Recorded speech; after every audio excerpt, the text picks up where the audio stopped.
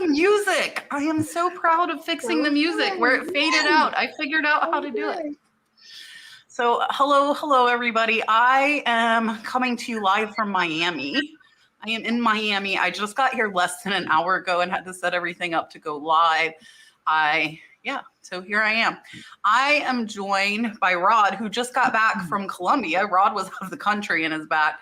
And our good friends, Amy and Yvonne below us. Both these ladies have been on with us before. So we are happy to have them back. They have not been on with Rod. So this is their first time meeting Rod. And yeah, so we have questions already in. We have super chats. But first, I'm going to let the ladies introduce themselves. It was 8 o'clock when I hit the go live button. I wanted to show that because she was actually on time today for a reason. Listen, and I am 6 hours away from home and I was on time. Nice. Okay. Yeah, he was here. All right. So I'm going to make Yvonne big, let her introduce herself, and then I will make Amy big as well so they can tell you a little bit about themselves and their channels. Both of them do have channels here on YouTube. So here is Miss Yvonne. Oh, boom. Hi, you guys. Hi. It's Yvonne. I see you guys in the chat. I know most of you know me. Kat and I used to have a once-a-month sale before she went over to Whatnot and is doing so fine over there. But if you don't know me, my name is Yvonne Thrifty Rich on most all social media. And I do have a YouTube channel, of course, and been doing this for years. So I sell on eBay, Poshmark, Whatnot. I have sold on Whatnot, but not real active, mostly live sales and on eBay. And I have 2 booths. Yes, so if you like booth talk, we do that sometimes. And Amy's a good friend of mine. Kat's a good friend of mine. And Rod, the new guy who just celebrated a birthday. So nice to meet him. Yes, perfect. Here is Miss Amy. Hello, my name is Amy. My channel is Yosoboho. This is my 3rd year on YouTube. In fact, the end of this month marks my anniversary, so I'm going into year 4, which it's kind of crazy. I had my first year on the exact date of my channel, I had 1,000 subscribers, and on the 2nd year, on the exact date, I had 2,000 subscribers. And this year, going into the end of the month, I'm closing in on 4,000. So something happened good. But yeah, I have a couple of booths. I have a channel. I have an eBay store, which is being ignored a little bit this year. And I do some live stuff. And I'm super happy that you had me back, Kat. It's gonna be fun. Oh, sorry, Amy. I'm like, is she done? Is she not done? I don't know. And I'm on my laptop, so I'm used to having my mouse and my desktop, so I might click some wrong things. Don't yell at me. I want to say happy birthday to Rod, just a couple days late. And happy Valentine's to all of you. So thank you, the 3 of you, for being here with me on Valentine's. I ran away and left my husband on Valentine's Day. But, it happens. Catherine DeLeo is starting us off with a $3 super chat. Thank you so much. We are going to give her a dolphin. Here you go.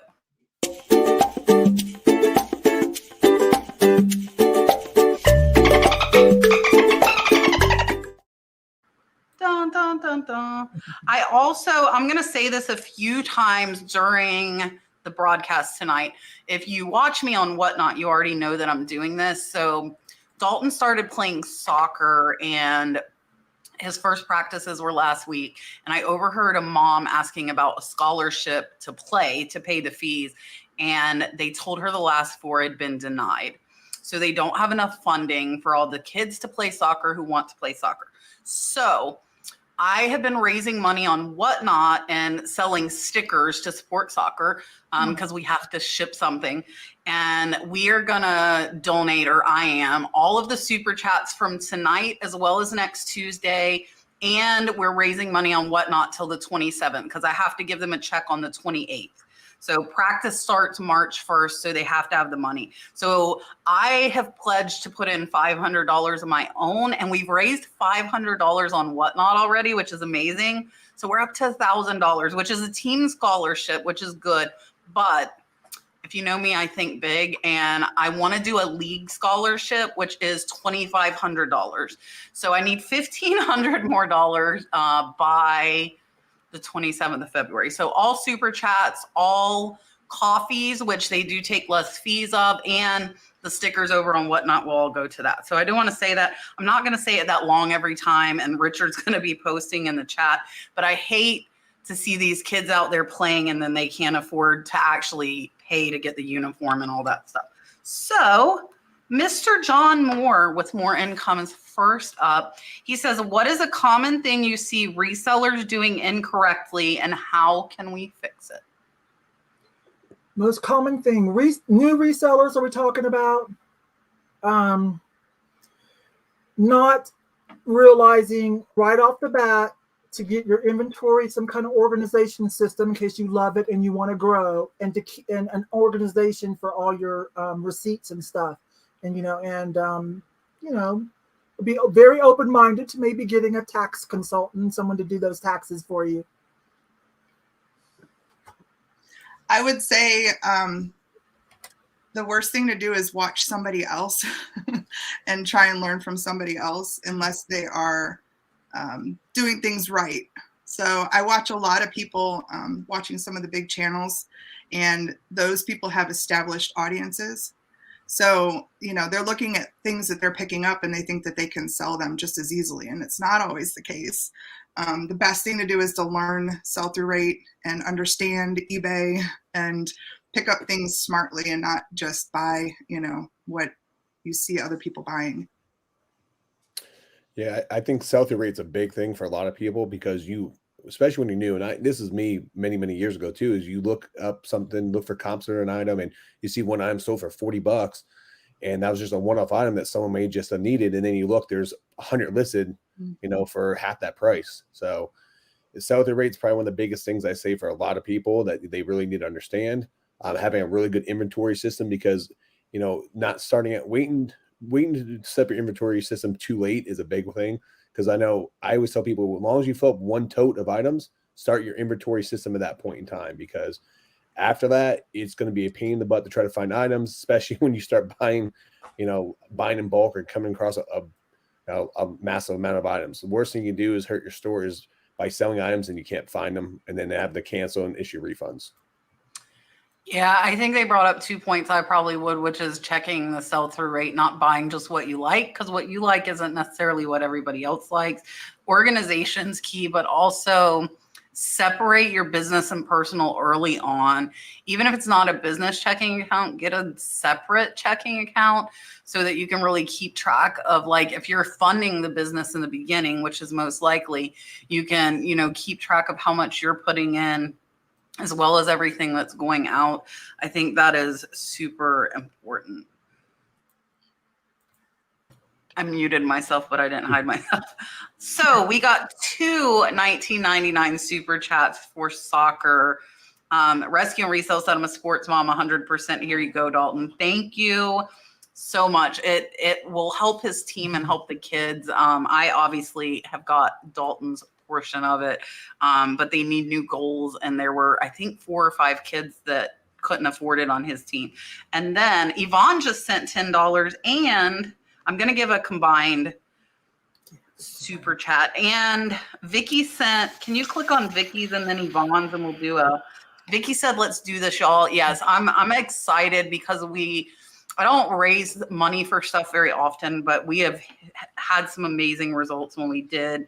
And then Miss Yvonne sent $10. So I'm going to give all 3 of them a combine. We're combining super chats just in case there's more than normal tonight, so I don't drive my dolphin haters crazy that are out there. I know for a fact.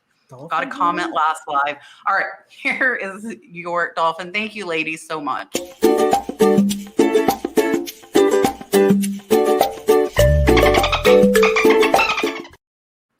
Dun, dun, dun, dun. Scott sent 1001 so he could send more than Yvonne. And Scott, I'm going to lump you in with the ladies for the last dolphin, so don't be mad at me. I know he won't be mad at me because he's amazing. Richard sent $100 super chat. Whoa. Richard needs a dolphin. Richard said the reseller community is the best, always willing to help. He's honored to help kids then when they're not financially able. So I remember when my older kids were smaller, I was those parents, you know, because I was a young 20-year-old mom, didn't have much money, and fees are expensive, you know, period. But when you're a young family with multiple kids, it's hard. And I remember that. So now that I'm able to, I'm happy to help. And Richard, last time we raised money, matched it. He said he's not matching it this time, but he sent $100, which is absolutely amazing. So Richard, thank you so much. I'm going to give Richard the original super chat. Super chat.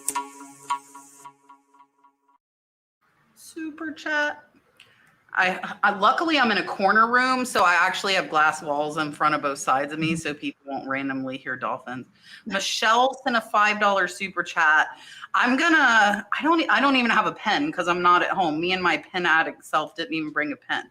So we will. Who has a pen? I'm gonna put it on my notepad, and then we'll do a dolphin like every so often. I think. Yeah. So I don't. We just got another one for $20. Thank you, Miss Diane. Thank you, Michelle. I'm putting your names because I'm gonna tell you who the dolphin's for, and we'll include Scott since I tried to lump him in there. Yes. So Richard put out a video today, guys, a thrift video. So go check out his channel and his video. He's absolutely amazing.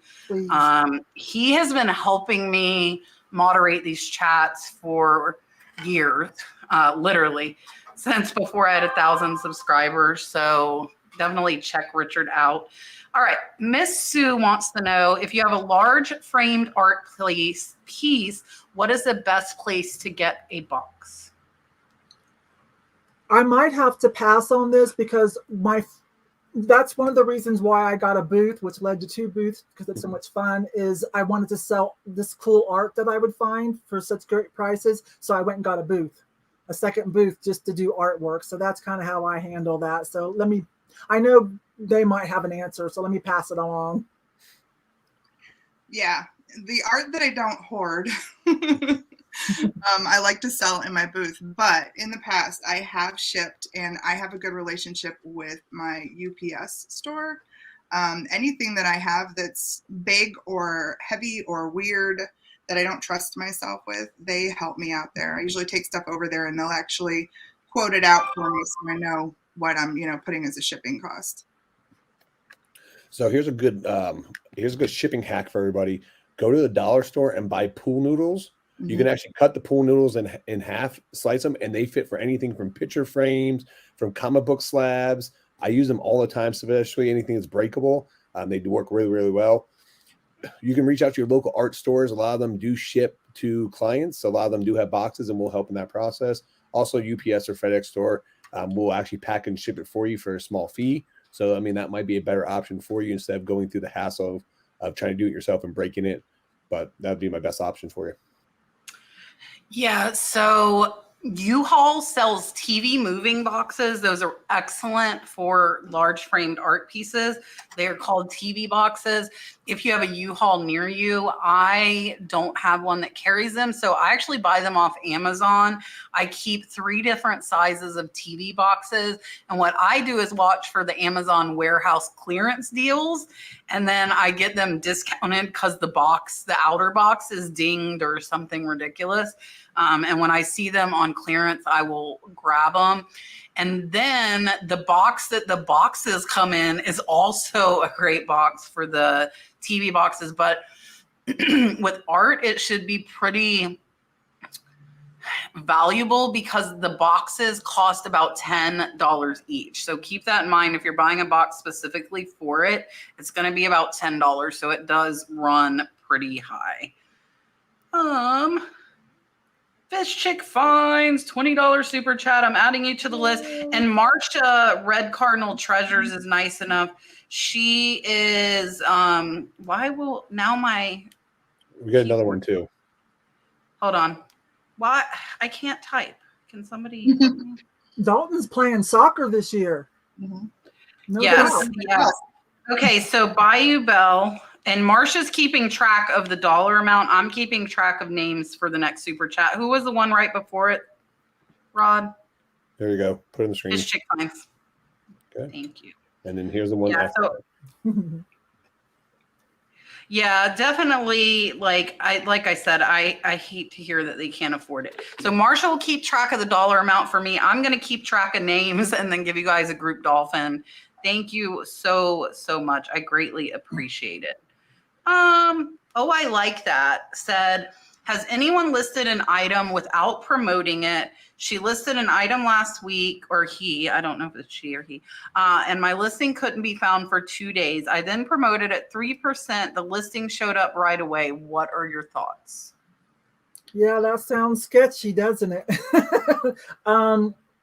We could probably go down a rabbit hole with conspiracy theories, but let me say I'll have to pass again because I reluctantly gave in to promoted listings, and I just do it with everything. And I went ahead and upped it to the mandatory 2% too. I just add a little bit more to the price of everything. Yeah, I'm in the same boat. I usually promote everything with about 2%, depending on what it is. But there are some things, for example, I had this strange cookie, like a fortune cookie maker thing. The sell-through rate was like off the charts, like 300 or 400%. And I did not promote that, and it sold within a day. So there's certain things that if the sell-through rate is crazy and you know the turnover is going to be good, you could get away with it. But yeah, unfortunately, I promote everything else. Yeah, I usually promote all my listings as well. Just a good, I just got in the habit of doing that when they first started because I knew that's where eBay was going in the future. But I would say the only time I wouldn't maybe promote them if it was the one-off. If I only had the only item on eBay, then it really didn't matter promoting it. That way you're really just giving away free money to eBay. Also too is sometimes if you do get questions or people want to, if you want to lower a price on an item, you can actually go in there and edit and remove the promoted listing off your item. And then if someone was going to purchase it at a lower price too, I've done that for people that have sent me personal messages to try to get a way to try to circumvent or try to save that extra couple percent by giving them an extra discount.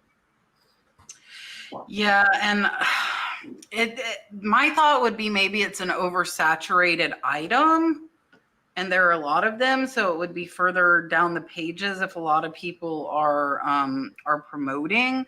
But I promote everything, and I promote high. I promote it trending plus 3%. Because I buy really cheap, and like I think of it as like Poshmark fees are 20%. So even if I'm promoting at like 8%, I'm still close to Poshmark fees, and that's kind of my thoughts behind it. So I promote everything, even the one-offs. And thinking behind that is if it promotes off of a keyword in that listing, it might get shown to somebody looking for something that isn't it or something similar to it and help that one-off item still sell, if that makes sense. Makes sense.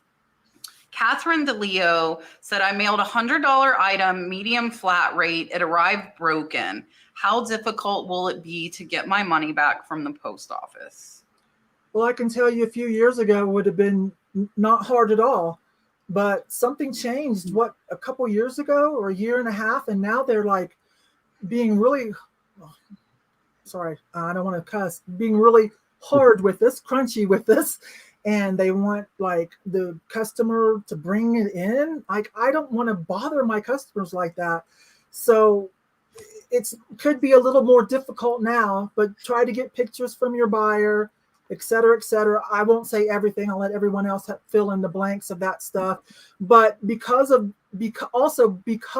noticed that the post office is coming down hard on us for refunds and insurance claims, I'm more careful with what I will sell that I have to ship from eBay, and I'm charging a little more for fragile items, telling them in the listing, I'm going to double box this. It's going to cost a few dollars above average because I'm double boxing this item. Maybe that helps. Yeah, definitely play it safe. I have had a couple of situations in the last year that it's a whole process. I did end up getting reimbursed. One just disappeared. It was a $250 Cure t-shirt. I'm so devastated about it. But I did get reimbursed for it. And then one was a destroyed, it was a piece of enamel and it was a piece of art. And that was also very sad. But I did have a good buyer and he sent really great pictures and we were able to get everything shored up. But yeah, I agree with Yvon. It's not an easy process. You have to have a good buyer.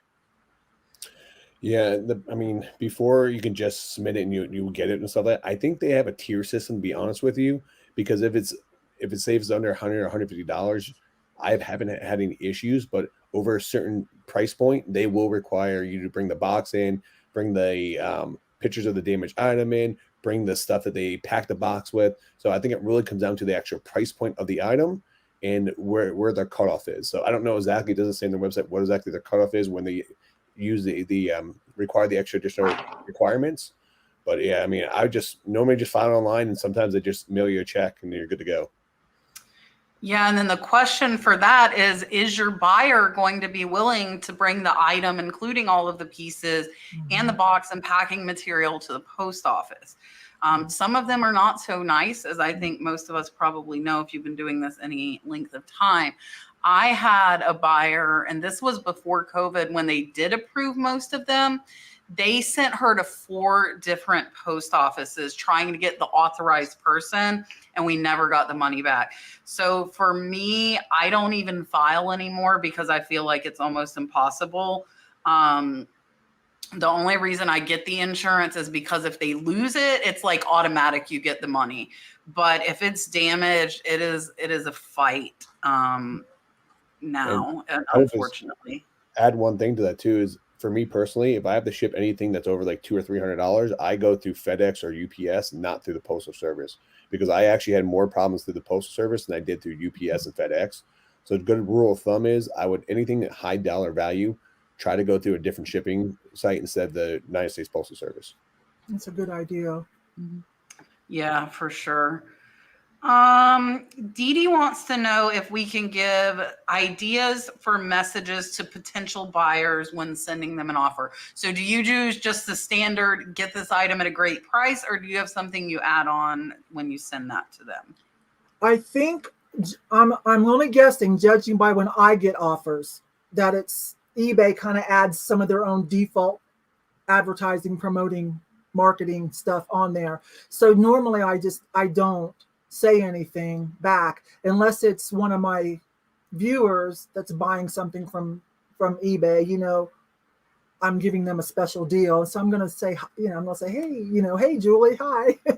You should have told me you wanted this. I'd have pulled it for you and sold it to you. But now we have to go through eBay, so I might send a message like that. But other than that, I don't add any more. They're already interested. We just got to get to the price. Yeah, and I do, if it's, first of all, I time it usually. Like I'll go in on Fridays and do my offers on Fridays when I know people are getting paid. And I'll usually say something like, hey, weekend sale, or I'm trying to clear some inventory or something like that, that just kind of inspires them to know that I'm, dropping prices. But if I have more than a couple of watchers, if I have like a lot of watchers, sometimes I'll say, hey, there's like a handful of you that want this. Who's going to be the first one to grab this at whatever price? That's a good idea. Yeah, it usually comes down to the items I'm actually sending out offers. If it's just a one-off thing, I'll say, hey, thank you for your interest in the item. I'd like to offer you a discount on this item, a limited discount on this item. If it is something that is, highly sought after, something like that, I might go a little bit more in depth with it just to try to move it if it's a higher end item. But just, more or less just a generic message, just offer them that. It looks a little bit more personal when you do that. Yeah, so I have mine pulled up, so it's going to sound like a script. I will read you because we copy and paste it. So I have it on my laptop as well as my desktop. So mine says, here's your chance to get this item at a great price. Please accept the discount on top of the sales price because I'm always running a sale. This offer is being sent to all watchers. Be the first to accept, and it is yours.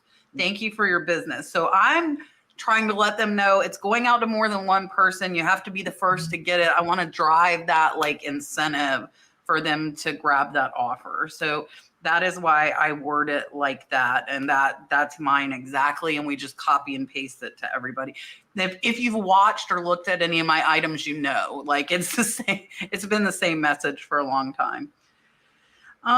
Reigning Retro, North Carolina. If you have multiple exact same items, do you list a quantity listing separately, but all at the same time, different categories, or just one to create scarcity?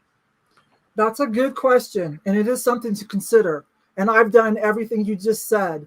If it's just, okay, like I've got some rainbow flags, 100 of them. Okay, that's a quantity listing. They're like $6. But when I had 4 pieces of the exact fire and light, no, I didn't even list them. Not only did I not list them separately, I listed them one at a time, because to create the buzz on the auction, because if there's 3 more, so I did them one at a time.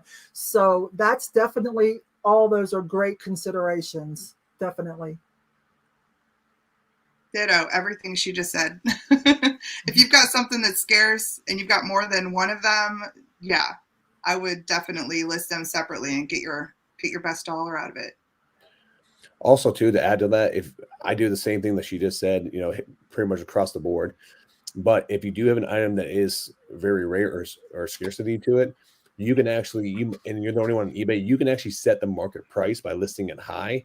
Once that item does sell, now you created a new comp for the item, and then you can put it up there for even a little bit higher with best offer. And if someone does have interest in it, but hey, you can send them a personal message when you send your offer. Hey, the last one just sold for 800. I'm willing to send you this for a site discount for 750. And that's where you can almost manipulate the market in your own way, because you control the marketplace. Yeah, and I wanted, I lost it. Where'd it go? Yeah, sometimes eBay doesn't let you do duplicates. So if it was the same item, they would notice if it's the same exact title. So you'd need to change a couple of keywords in there if you did want to list in 2 categories. But you also can add a second category onto that main listing where it goes into both. I typically... I get Yvonne's point. If I had 4 rare items, I would probably only list one at a time, but most of mine aren't like the dolls I got on clearance. There are plenty of others listed. So those and like my vents, I typically will list all of them that I have available, unless like Yvonne said, if it's super, super rare. Bradford, my friend, I don't know. Listen, he had to refresh. So at 8:22, he said he didn't know we were live yet.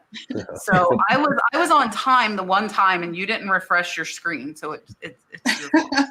There's a later one from him that says, "Oops, whoops, oops."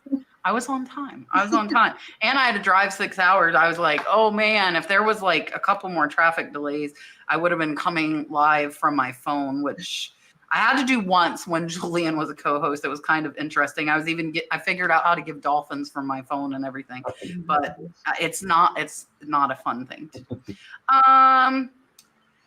Julian wants to know, where in eBay do you run your sales? Where in eBay don't you go to your seller hub and then your marketing? Yeah, seller hub, marketing, promotions is where it's at. Patty wants to know, Yvonne, is your friend Becky on Instagram or whatnot? I don't know if Becky's on whatnot. That's a good question, because if she isn't, I want to give her my seller link. So anyways, no, she started out on Facebook doing sales. I talked her to coming over to YouTube. She just crossed over 1,000, and she loves YouTube better. And she is on Instagram, same name. Facebook, Instagram, YouTube, same name. She just lives down the street. I think she's having a sale later tonight after we're done. Quite frankly, if that's okay to say, Kat. It's not. Yeah, no, that's fine. Yeah, we'll be done. That's perfectly fine. All right, after I read this, I got to run. It looks like I think they left my food at the door. I'm starving. I didn't even have time to stop and get food. Cheryl says, I know self-promotion is good when you're trying to grow your YouTube and whatnot channels, but I have reservations about accepting everyone's invitation. I'm assuming she means like to go live, like on this show or stuff like that. So she said, because not everyone's agenda is innocent as mine. So how do you handle multiple invites? Okay. Oh man, Cheryl, you just really brought it, didn't you, sweetie? Cheryl will be on I will collab with Cheryl. She's going to collab with me. I've just been waiting for her to get a little under her belt, and she's doing fine. I saw her on someone else's channel. She's great. She's got her set up good. Now, this question, I'm going to have to get a little crunchy. I used to be a little, oh man, Cheryl, I used to be a little more open-minded, but yeah, I learned the hard way that you do want to think about your branding. You do want to vet. Okay, wait a minute. I do want to think about my branding. I do want to vet people to make, I check all their social media to make sure, like on YouTube, they might look fine. Then you go over to their Instagram and they're like starting all kinds of trouble, religion, hating on people. You just don't. So yeah, you do want to be careful.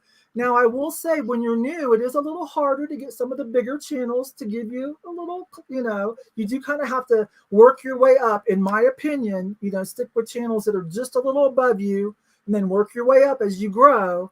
But you do want to be careful. You do. You want to protect your reputation.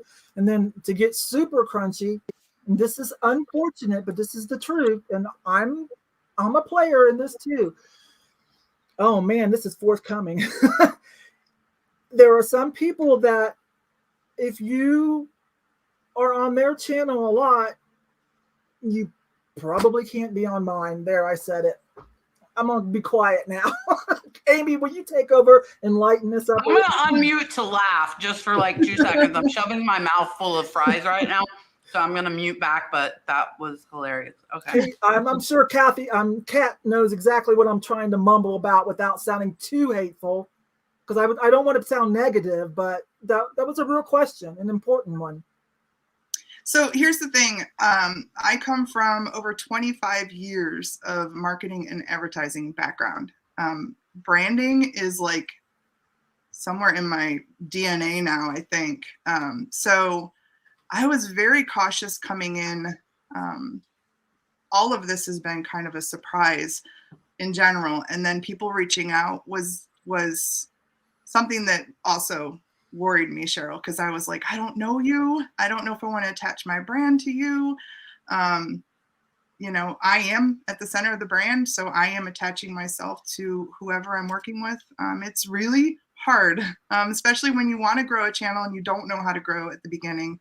I'm pretty proud of how I grew because I stayed true to just finding my base and building my audience in a very organic way and not trying to kind of infiltrate any certain channel or any certain group. And it worked out, I think. I mean, I grew very slowly. I just said I'm like 130 away today from like 4,000, which is so exciting for me in 3 years. That's something that I'm really proud about. But I understand that concern. I would say stick to your guts, really talk to people and vet them, spend time with them. Don't just accept something, right off the bat. Take time, communicate with them, see what they're up to. Like Yvon said, go on their channels, see how controversial they are, and play it safe, because if you really want to build a good, solid base, it takes time, and it's a slow growing thing, and that's an okay thing. So there's one rule that I live by, my channels, my business, everything I do. It takes years to build a reputation. It takes 1 day to ruin it. Let me repeat that. It takes years to build a reputation. It takes 1 day to ruin it. Okay. Now, with that being said, you should also have an open mind, because we are all here for the same thing. Yes, not everyone has the same agenda, but at the same point in time we don't do things for free either. So everyone may have certain agendas with certain things. Now, when you're first starting out, I highly recommend network as much as possible, because that's the fastest way that you're going to grow. But yes, you need to vet everybody out first. Check out their social medias, check out their personal pages, see what they're into. Two things. When I used to bartend, I put myself through college bartending, and I used to two things that don't allow my bars: politics and religion, because everyone is right, and you're not going to change their mind. So when people are posting all kind of stuff like that, it's something I stay away from. Now, I have my own personal opinions on things, but not something I want to do publicly because it's just going to cause drama or cause issues. Also, too, is like, for example, it's okay to say no as well. Whatnot just recently reached out to me, and Kat knows this. They wanted me to start a new category for them on Whatnot. They're going to pay me to do that, but it did not fit my brand and what I wanted to do. So I actually turned down Whatnot, and they actually came back to me and offered me more money to do different things. And I said no again to Whatnot.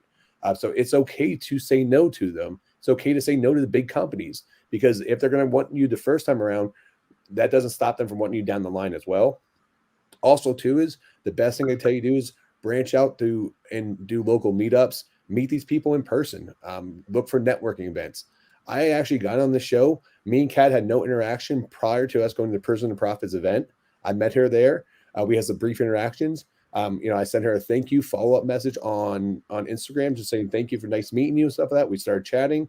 She asked me to come on the show, and we hit it off. And that's how I became the co-host. Just one thing left another. Julian was leaving at that time, and she needed someone to fill in, and we hit it off really well. So, you just never know what could potentially happen. So just because people are reaching out to you and say no doesn't mean there's not bigger opportunities down the line, because they want you now. It doesn't mean they're not going to want you later.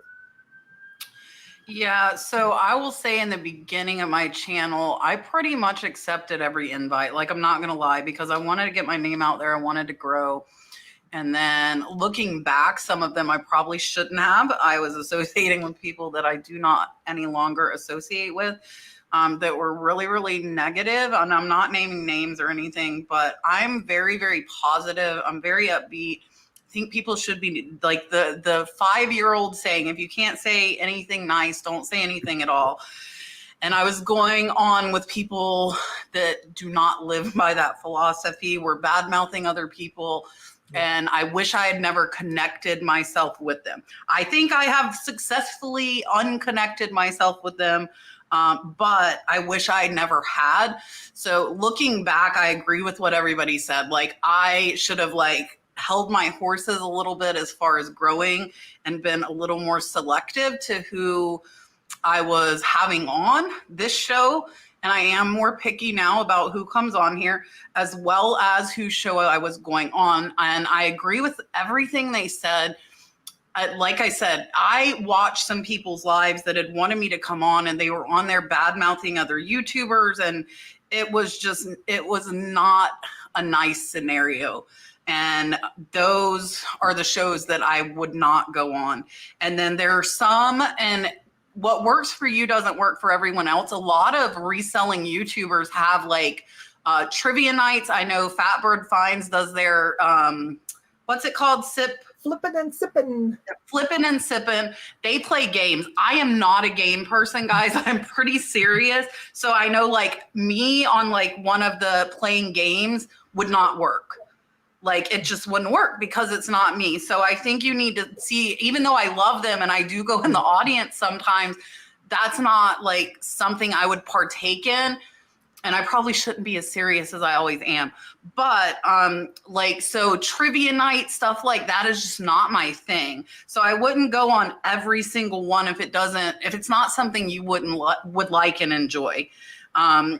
And I did a live with Danny Mae's Adventures, and she was just asking me about life and in general. And that I'm fine with. I'm just not fine with silly I'm just I'm probably too serious. I'm not gonna lie.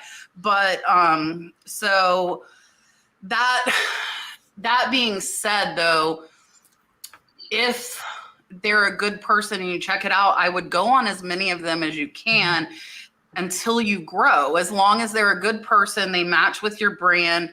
I don't know that I would be super picky. I would be pickier than I was. I was not picky at all. I would be pickier than I was, but in order to grow, I have been on YouTube a little over 3 years as well. I just hit 60,000 subscribers. I spent 40 hours a week in lives, just like this one, talking and answering everybody's question. If you went in a reseller live, I was there. And people would say that you were every live they went in, I was there. So I spent, but do you want to spend 40 hours? You know, it depends on how bad do you want this? How bad do you want to grow? How much time do you have? I didn't have time, but every waking minute I was on YouTube. Now, not so much. I don't have the time anymore. So I rarely get to go in the lives. So, you know, I'm being long-winded. It's a difficult question to answer and not look like, you know. Yeah, I mean, like I said, I wasn't picky enough. So I think you need to find that middle line, not be overly picky, but be somewhat picky. Does that make you know, because if you want to grow your brand, you do want to go on different stuff, but don't compromise your morals and your values to get your name out there is what I'm saying. Let's see. Time for a super chat for all the ones we did earlier. Yeah. So I had to reboot my phone. It was like pushing random buttons. I was like, what is going on? So I turned off the Wi-Fi. Hold on. That's fine. I'm going to tell you guys. So Richard is posting. So all of the coffees as well as the super chats tonight, as well as next Tuesday and throughout to the 27th of February, will go to kids in Dalton Soccer League that cannot afford to pay for their own equipment. That is what it is going to. We've raised $1,000. Marsha's going to get us a total of where we're at the end of the night. My goal is $2,500. I'm putting in $500. If we get close, I will put in more because I really would like to get the league sponsorship. So Michelle, Diane, Scott, look, we're putting you in here, Scott. Yeah, $233 so far tonight. Thank you guys so much. And this week on Whatnot, the last week, since last Wednesday, I've raised $500 on Whatnot, which is amazing. Bayou Bell and Fish Chick Finds. I think I got everybody. So thank you all so much for supporting the kids soccer. Here is a dolphin for all of you.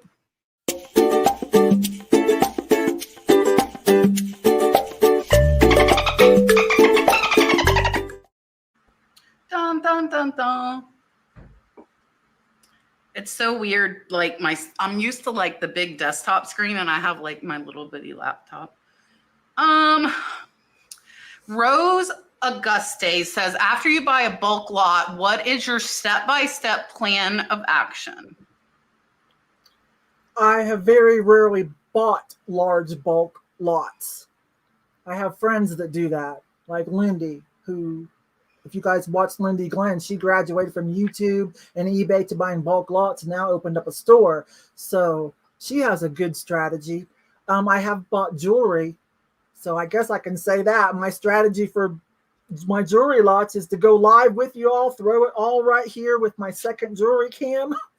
And we just have fun going through it. And I sort through what's for crafting. And I don't know. I can only talk about jewelry. And I think you're talking about something a little bigger. So I'll go ahead and pass it along. Yeah, I definitely look at whatever it is. I've bought a couple of bulk lots, some toys. One time I bought from an estate clean out some toys and some Wizard of Oz collectibles. And I kind of grouped them by what they were. Did, of course, all the research to figure out how to optimize what I was going to make on them. A lot of the toys, I had no knowledge of them. They were like Teenage Mutant Ninja Turtles and stuff like that.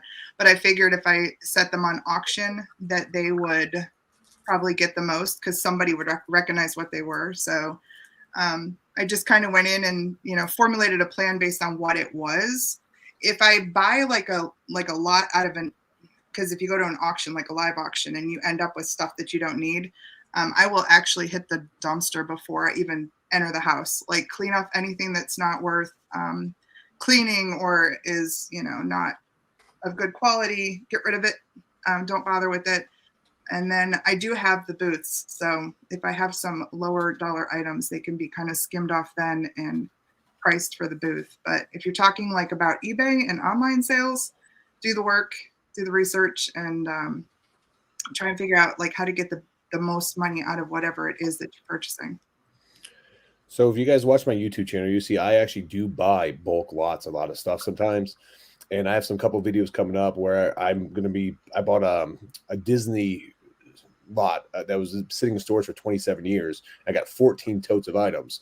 So that can be very overwhelming for a lot of people. So before you even buy that, you need a plan of action before you actually buy it as well. And one thing is, you can't sit there all day long when you have a big bulk lot and look up every single item, because that's going to waste your time. So you need to use your eye, pick out the higher end items, get comps on those. If you can get a big portion of your money back on the items that you look up, then you know it's a smart buy to start off with. Also, too, how much time are you going to invest in buying a big lot? Because people think it's a great thing to do. It can actually be counterproductive when you buy a giant lot. And a lot of people don't understand that, because if you have to sit there and clean everything, look up every single item, and you're going to spend more time than you would specializing in what you do. And it's okay to pass on giant lots. But a lot of people think that when they say a big lot, they have to jump on it right away. Now, after you purchase a lot, first thing I do is I use a rule I call the 80-20 rule.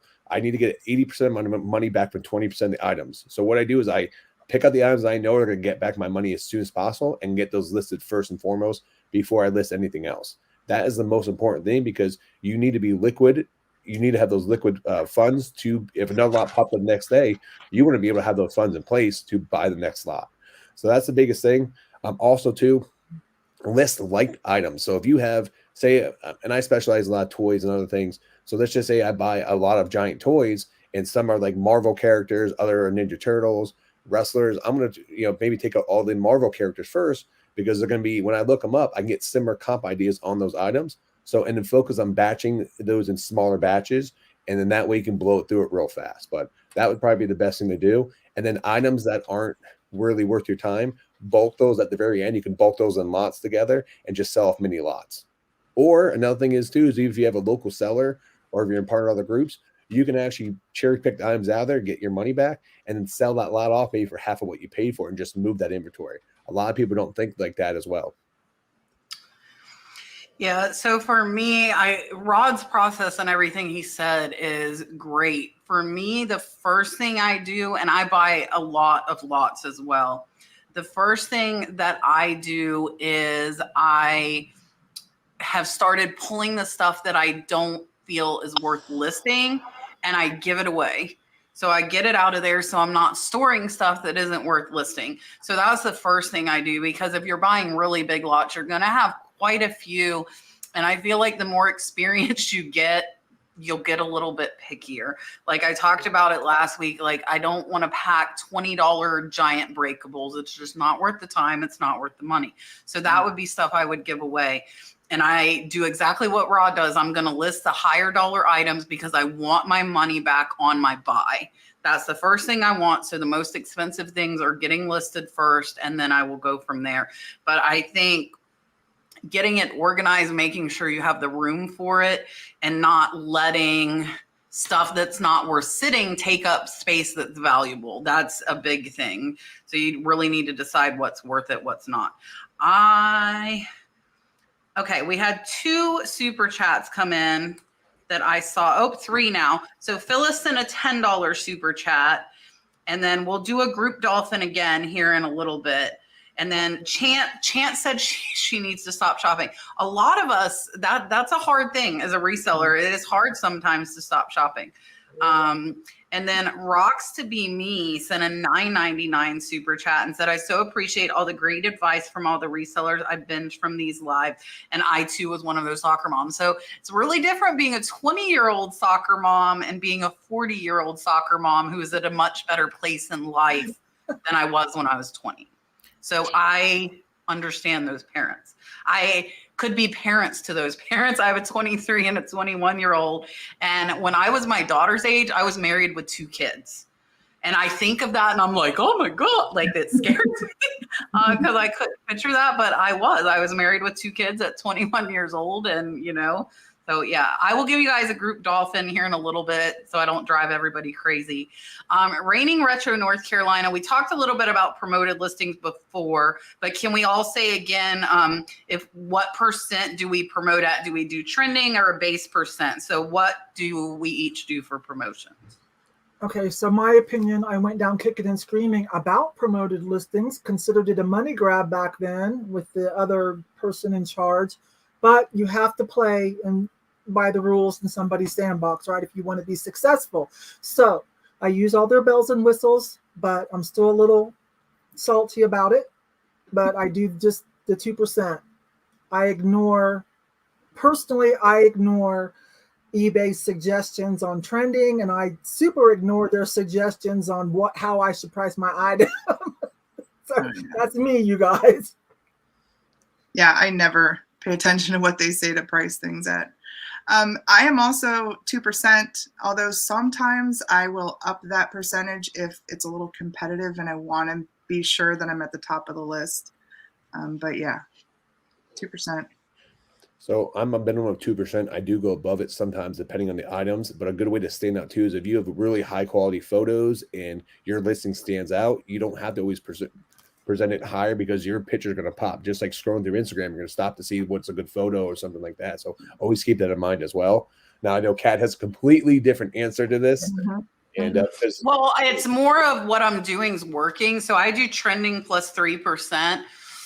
But eBay algorithm gets used to you promoting. So like, I'm so scared to drop it down, even to just trending, that I would, take a hit in sales. Cause one time I like dropped it from 10 to 2 and my sales went from like 1,000 to 200.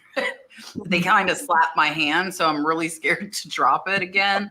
Wow. But I also calculate that in when I buy, and I buy really cheap. But I want to say, like, that's why we do these panel shows. You just got 4 opinions.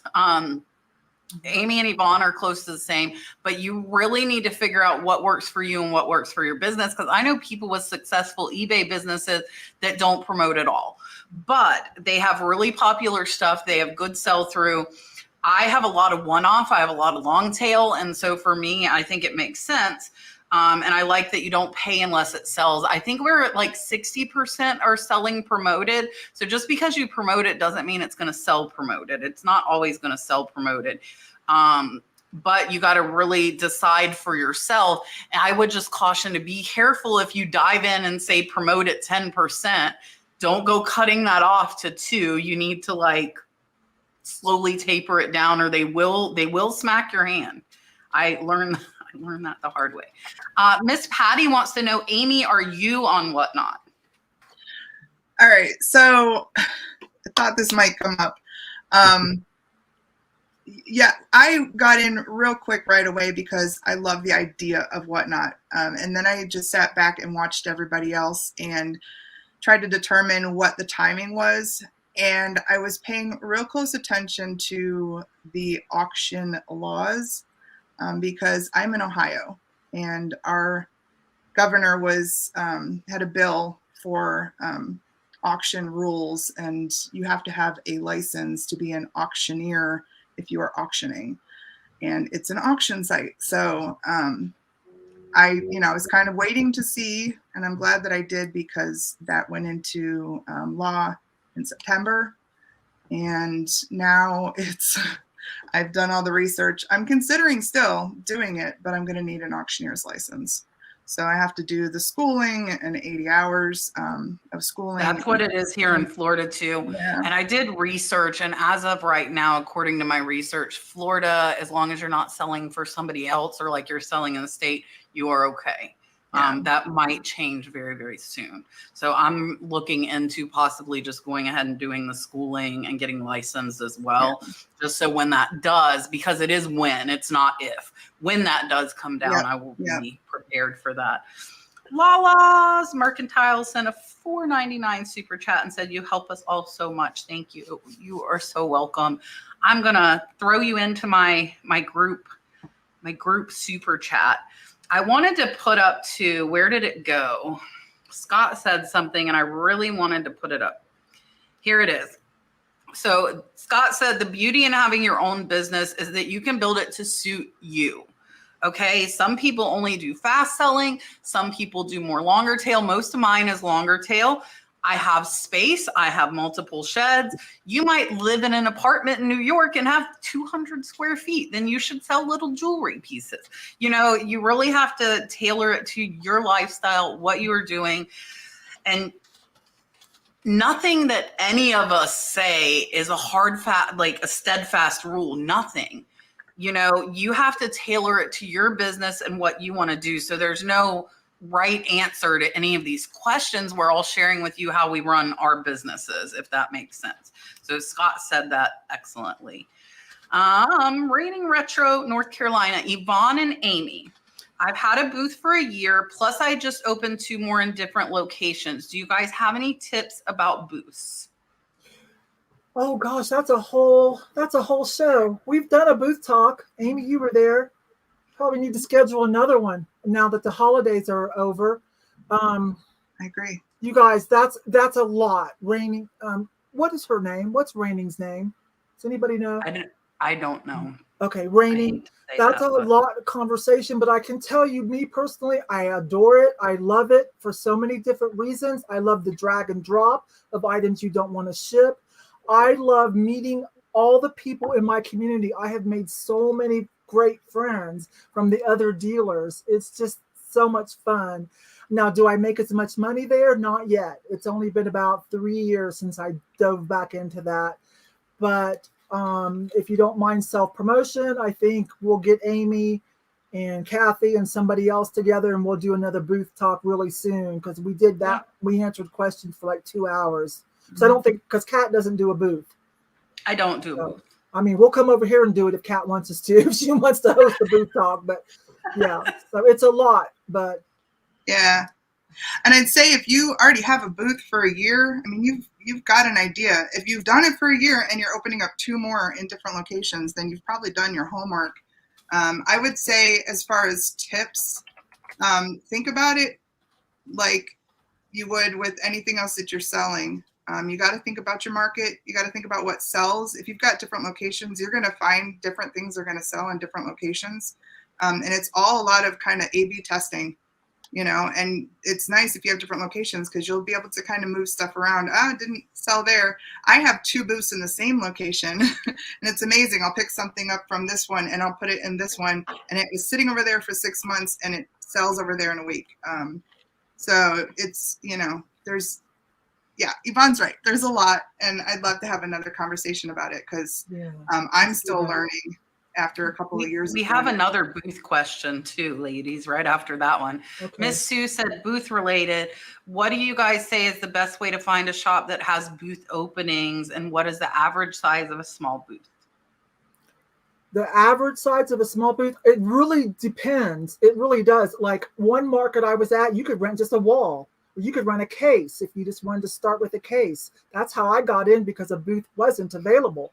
But I got in on a case and waited my turn for a booth to come up.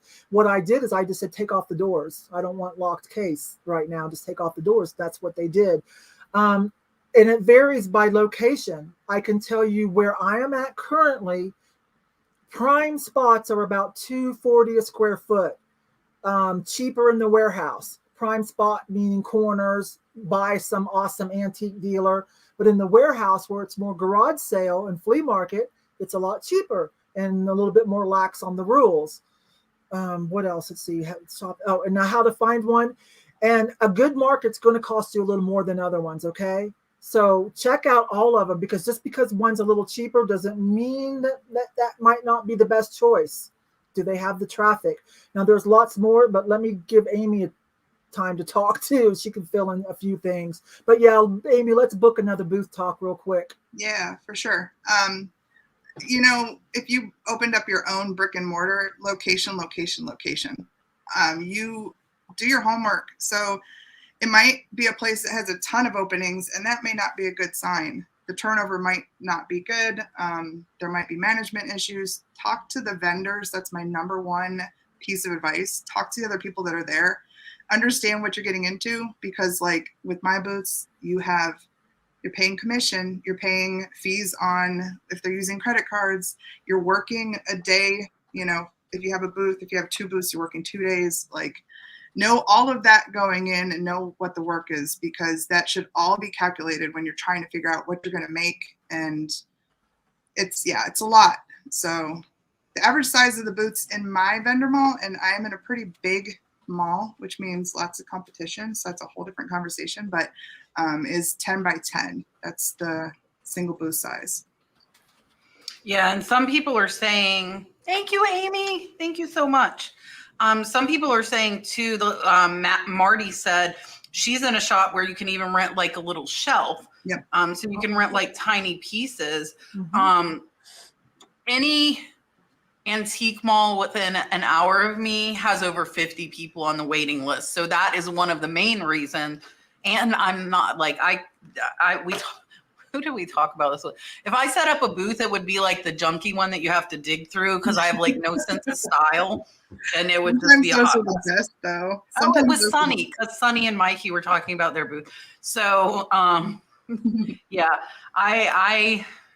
there are multiple reasons, but the ones near me are all like have really long waiting lists. But I think you would get to the top of the list because I know that I've heard other people, if you have social media presence. I've asked them and they know I am on YouTube. Really?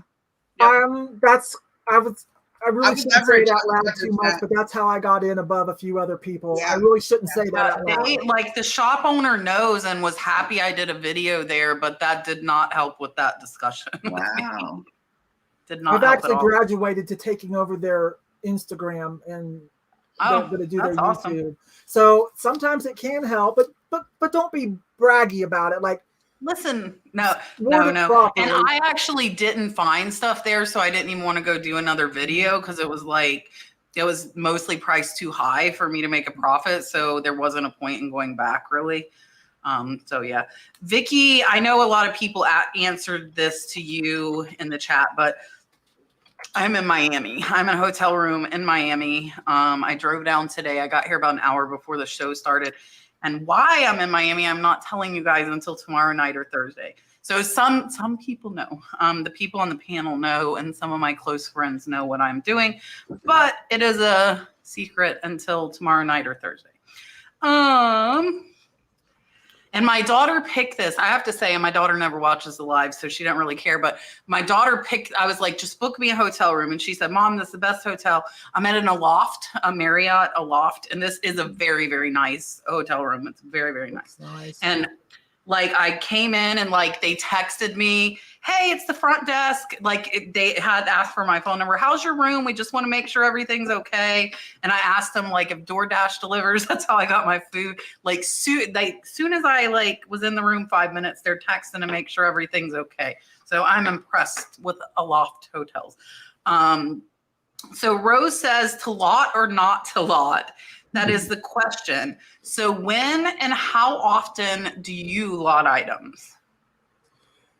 You know, I need to put in a qualifier here for everything that I answer, including some back things that I should have put a qualifier in as far like such as promoted listings. I'm part-time and I sell I don't sell iPhones and toys and I sell one-offs, unique art glass, pottery, jewelry, vintage jewelry. So that makes a difference in when you're considering the answers that I give. Okay, because if I can back up for a moment, like if I was selling iPhones, well then I need to fall in line with the trending promoted listing fees, right? 2% ain't going to cut it. So anyways, so again on this, I don't buy the stuff that I buy. I don't often need to do a lot. Okay, that's not the way I source and not the way I operate. So I bet you Rod will have a good idea on this, or maybe Amy. Yeah. I know Kat will. Yeah, I'm sure they both will because they buy a lot more in quantity. I don't, but I have in the past. And I'm actually considering lotting some stuff up now that's been sitting for a while on eBay. I bought a big glass lot, Boyd glass, and I sold a ton of it individually. I set up like quantity listings with different colors. But I still have some sitting there and I'm now just going to take them and lot them and sell them all together. But I think it's a strategic thing. I think it just depends on what it is. Yeah. So there's going to be multiple reasons why you're going to do lots. So I'll break down a couple of them and ones I've used in the past and why I use them. One is if you have a certain price point that you list, there's certain sellers out there that may not list anything under $10, may not list anything under $5. So if you do buy, like for example, buy a big lot of toys, and it's not worth me listing toys or only selling for $3 a piece. So I might put 5 or 10 of those in a lot and put the lot for $24 or $25. You know, you may want to lot items to save time, or lot items that aren't as valuable to make it a valuable lot for someone to buy. Also, too, is if you have a lot of like one-off items, like a lot of people will lot items for a junk drawer lot. If you guys don't know what a junk drawer lot is when you take a little, if you open up your junk drawer in your house, you have a bunch of random things in it. So people will take random things they find that they just aren't worth listing and put them in a lot and run them as an auction. An auction lot is something that you guys may want to do if you don't know the price of an item, or if you just don't, or if you have nothing really invested into it and you want to put a big lot together and just let it run as an auction just to move it, and whatever it sells for, sells for. Even though I sell toys, one of the things I hate looking up are little Lego minifigures, because there's so many different options out there for those. Some could be very valuable, some could not. So for me, when I buy big lots of Legos, I pull all the minifigures and I put them in a lot together. I just run them as an auction, and I sell off all the other Legos as a separate buy now, because anything I get off those auction lots is just pure profit. So it just really depends. And then the last thing I would do is, if I get a big lot of items and I just want to move things right away, or if items sitting around, I will pull them down, throw them in a big lot just to move items. Or if I buy video game lots, I'll pull out all the games that are very valuable, and then just either lot them with systems to help boost my system sales, or take items and lot them together with other like items to help boost those or give extra value with those items, even though I have nothing into those games. So there's a couple of different reasons why you want to do that and why you won't do it, but it has to be based on your business model and what works best for you. Yeah. So for me, like, I was lotting jewelry for other resellers to sell because I just had so much of it. But now I'm doing freebies on Whatnot. So I started doing, if you bid $10, you get something free. If you bid $20, you get 2 things free. And I ran out of freebies really, really fast. Super fast. So now I'm selling craft lots, mostly like unwearable and for vintage beads and stuff. But if stuff's wearable, it typically will go into my free bowl now. As far as like dishes, my rule for those, whether it be cups, plates, saucers, teacups, is if they're under $15 a piece, I will lot them up in sets of 2 or 4, because 2 or 4 plates is not hard to ship. I do not sell sets because I do not want to ship sets. A couple of times people have forced me to ship sets because they buy my whole set, but they paid a pretty penny and it ships in 3 boxes. And I, instead of lotting up some of the cheaper stuff, would rather donate it to someone who can make money off it at the flea market. So I opt to do that a lot of times instead. So Amy is saying she's developing her lot strategy for lower end items, Christmas ornaments, some costume jewelry, generic toys. She's creating lots to sell more and faster to increase the average sales price. So that's the same thing you need to do. You need to kind of figure out your like lotting up model and what you want to do. And that's exactly why I do it with the $15 or less on plates. I would rather have a $45 order versus a $15 order. But if they're like $20 a plate, then I'll be okay shipping one for a replacement. But I don't want to do it for lower. So you have to kind of figure out your own model and do that. Brenna says, sometimes I want to list everything I have in one big lot on Marketplace and start over. People have done it. People have done it. I have somebody right now trying to get me to buy $100,000+ in inventory.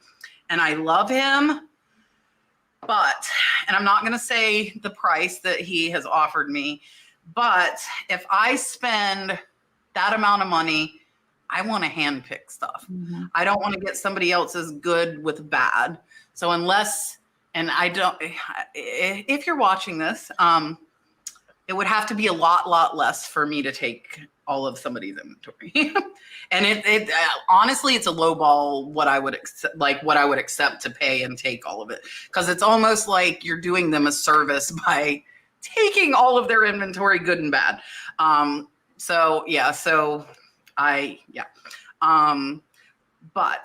But some people do, if you want to do it, do it. Let's see. Let's do one more question.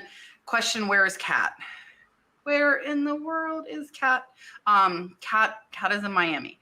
I'm in Miami. I thought of like blaring the song and doing a TikTok, like rolling into Miami, but I didn't. I'm like, not 20, but it would have been fun. I could still do it tomorrow. When someone donates to things like soccer or buys Whatnot Seller coffee, does the buyer have to pay $4 shipping on top of the donation? The answer to that is yes. Whatnot does not have an option for like a digital product or for us not to have shipping. So the only time that you would not, and like mine are set up where it's a quarter extra. So like if you had already bought jewelry from me and you added on like to support soccer, then you would pay a quarter in shipping. So unfortunately, we have to ship you something. So if that's all you buy, then yes, you would be close to paying that $4 in shipping, unfortunately.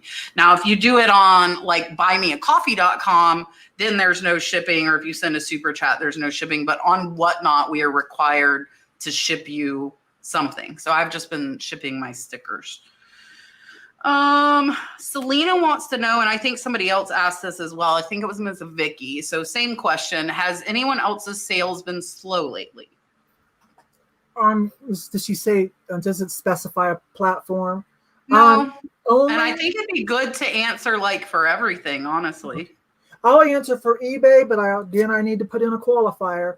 I feel okay, and we just had a major holiday, so to speak. Like there's certain times of the year where people's money goes towards something, and so kind of loosely, the Super Bowl is kind of an American holiday. You know what I mean? Money's going for food, tickets, alcohol. I don't know. So I saw a little dip, but I need to also say, since I started doing live sales on YouTube about 2.5 years ago, my eBay has gone from, I used to keep 300 to 500 items to like, I think I'm down to 98.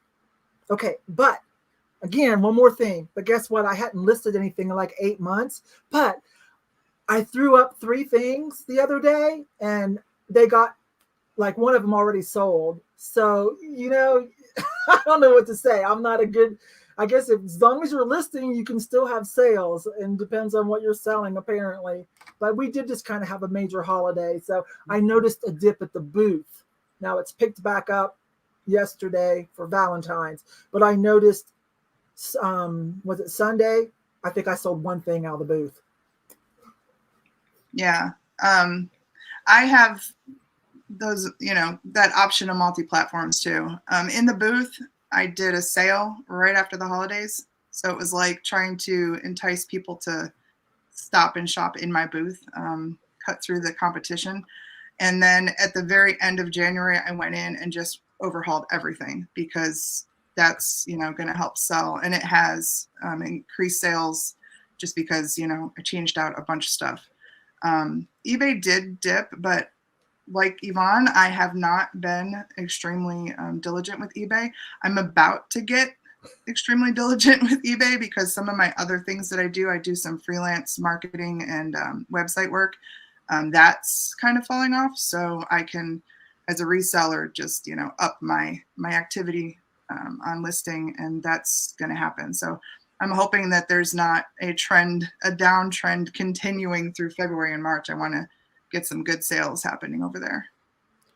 So we get this question all year round, and I always tell people it depends on what you really sell, and that's the bottom line to it. I sell everything, so I don't see major dips throughout the year because I sell in multiple categories. But what I do see is I see dips in certain categories.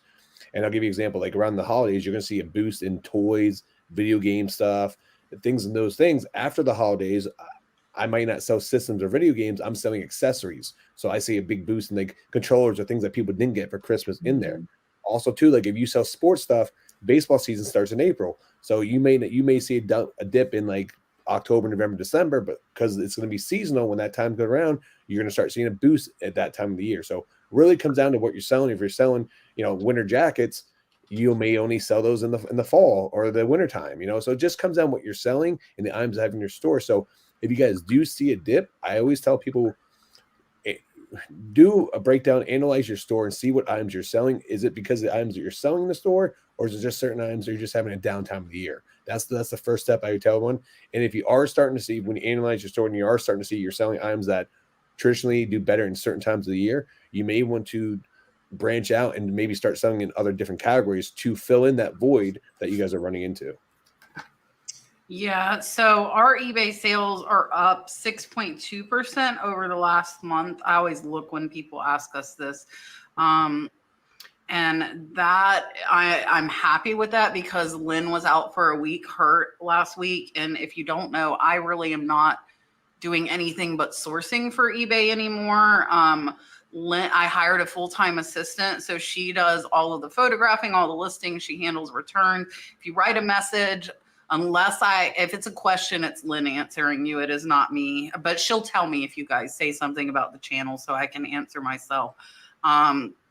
But while she was out, we actually dipped and we're down like month over month. But now that she's listing again, we are back up. But we're still $10,000 short of where we were when I was hitting eBay hard by myself. Whatnot, I've seen the average go down, but now it's starting to trend back up. And I like to think the freebies have something to do with that. You guys that come in my Whatnot sales can tell me. I'm just trying to think of a way to like incentivize people to buy more and to bid more, and then I think the giveaways are that just, to give an extra incentive. I put more expensive stuff in there, which makes it like, yeah, like I put nice stuff in there. I put really nice stuff in there sometimes, like that I probably shouldn't, but I have so much fun giving stuff away, and then I can like shock everybody when I'm giving away some awesome stuff. So I put some good stuff in there. So Whatnot is starting to trend back up. Etsy, Poshmark, Mercari are all down. They're all really slow. Like they were doing decent and we're still cross-posting as much and they're all down. So it's up and down. But again, we do longer tail stuff. Like the jewelry's not, but I have to be like, okay, am I did I get a really good lot? Is that why, I sold more on that show? Like there's so many different, variables to it. It's hard when you ask that question because somebody's sales are always going to be slow. You're always going to get somebody that can support you in that. But I say if they're slow, figure out why and you can fix it. You can definitely, by doing certain things, fix it. Julie wants to know, am I the only reseller who started with an overwhelming inventory? So if any of us started into reselling and we had a ton of stuff before we started, she said her sell-through rates are great, but she's listing everything. So did you have a giant pile before you started or did you acquire it after you started? Yeah, I'm guessing Julie was watching people or something and started sourcing before she decided, or either she closed a store or something. I don't know. Me personally, when I decided to kick up reselling again, when my daughter showed me eBay in 1998 or 9, I had already sold off my retail store inventory to everybody up in Denver. So I just started around my house. I just started with stuff I didn't need, just to figure out how eBay worked. Yeah, I started I totally did something different than most people, but I decided when I was going to sell that I wanted to build a website and sell off the website because that's kind of my world. So I was buying specifically I was curating for the website and kind of keeping in mind the nature of my brand. So I did start collecting things with that intent. I didn't really start with a pile. But if I were you, I wouldn't be listing everything. I would be listening to Rod about lotting stuff and maybe selling some bulk locally, or doing something to kind of skinny down what you're spending your time on and only spend time making money on eBay, if that makes sense. So I would say, in generally speaking, I don't recommend people start with an overwhelming lot when they get stuff. Now that does happen in certain situations. If a family member dies, you acquire a bunch of stuff. If you just clearing out your attic in your house with your kids' stuff, like you may have an overwhelming stuff that's been sitting in the garage for a long time. But generally speaking, if you're new to reselling, I don't recommend people, acquire a ton of stuff to sell because you may not like it or it may not be for you. So always start by selling stuff around your house. But I get it. I mean, if sometimes things are in front of you, you got to do what you got to do. I come from a family that's always been reselling. My dad had a hauling business, so we would find items and then resell them at auction houses. My grandparents used to go to flea markets, local thrift stores and yard sales to sell stuff at the flea market. So So for me, I bought lots in the beginning. So I was just like you. I started with big lots of things because I just acquired them because that's what I was, I just saw other people do at the time. So I may be a little bit different than the average seller starting off, but it just depends on what situation you're in. Yeah, and I didn't start with a big pile. As I became a reseller, bought more and more and ended up with a big pile because I like to buy the lots we were talking about earlier. Most of the people that contact me that have big piles like that got it from family, like Rod was saying. They inherited it. Somebody passed away. Mom was a collector. Grandma was a collector. And then they kind of start researching it and get into reselling because of that. If you are not in that situation and you are one of those people that are buying and saying you're going to start listing any day, I would say stop. You need to list because, like they said, you might not like it. It is a lot of work. The buying is the fun part. It is the easy part. The rest is not so fun. It can be, but it's not all. Fun. So start. Yeah, I love it. I mean, I quit my job to do this, so I absolutely love it. But it's not all like sunshine and rainbows, especially when sales are down. It's stressful if you depend on that income. But if you're not inherited it, I would say stop buying until you start selling, because that's a slippery slope, and you don't want to end up in a bad situation. I mean, it's the same reason why everyone on this panel and everyone in this chat has what we call a death pile, or I like to call it a profit pile, because it's the pile of stuff that's sitting there that's just not making us any money, but potentially there's a lot of money there. So we all have piles, and that's the reason for it, because listing's not fun. The buying is that thrill of buying. Yeah, and I do want to say, guys, when you go buy this stuff, if you decide you don't want to resell, like me, when people come to me, and I do have people come to me, it's as my channel has grown, it is more and more that people come to me to buy out their inventory. I probably am not going to offer you what you're paid. You're going to lose money. I buy cheap, and if I buy from you, I want to buy at what I would normally buy at. So I typically will not send offers. I'll ask how much they want. And a lot of times I don't even counter because I feel like it would be rude. I'm like, look, I'm not going to pay that much. I'm not even going to counter. Like, we're this far apart. There's no, there's no middle ground. So if, just an example, you might spend $100 on something. I'm only willing to spend 20. So you might lose 80% of what you paid if you end up not liking it or needing to get rid of it for some reason. So be very, very careful doing that. I do want to highlight this. Mark just shared Rod's Buy Me a Coffee, guys. So the super chats come to me.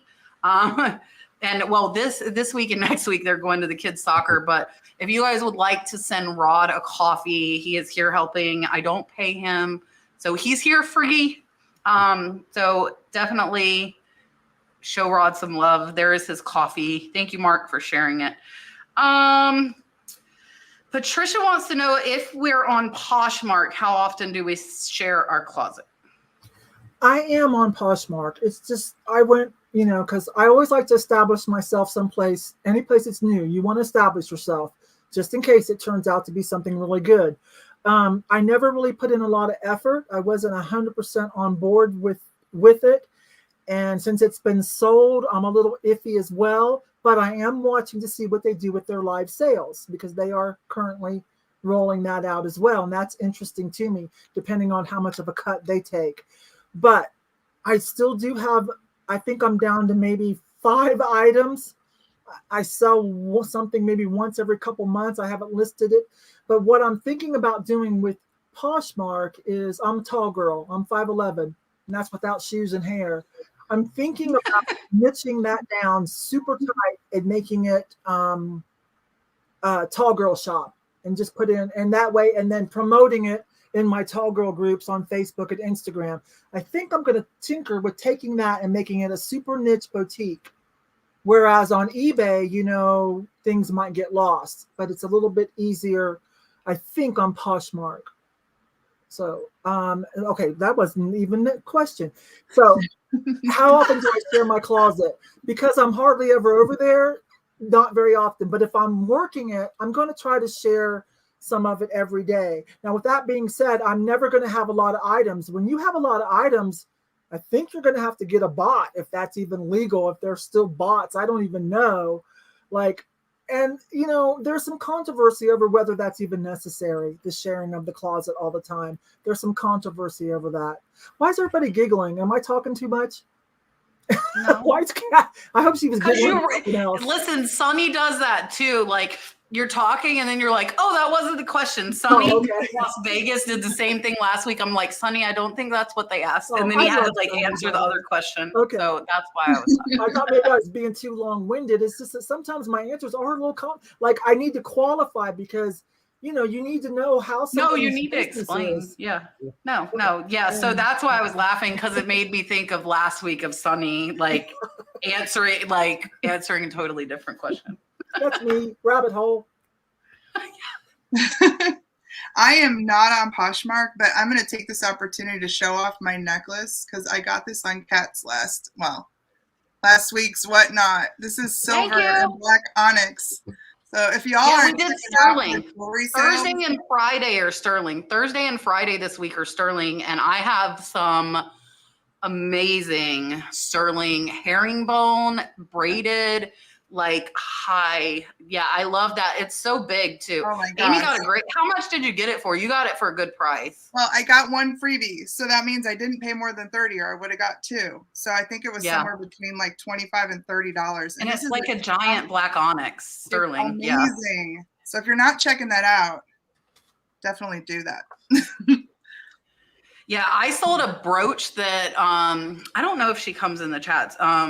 She paid, I think, $50, and she got it appraised, and it was at $350. So I do put nice stuff up you guys can make money at, and I know you'll make money at it. I'm purposely doing it because I'm moving so much.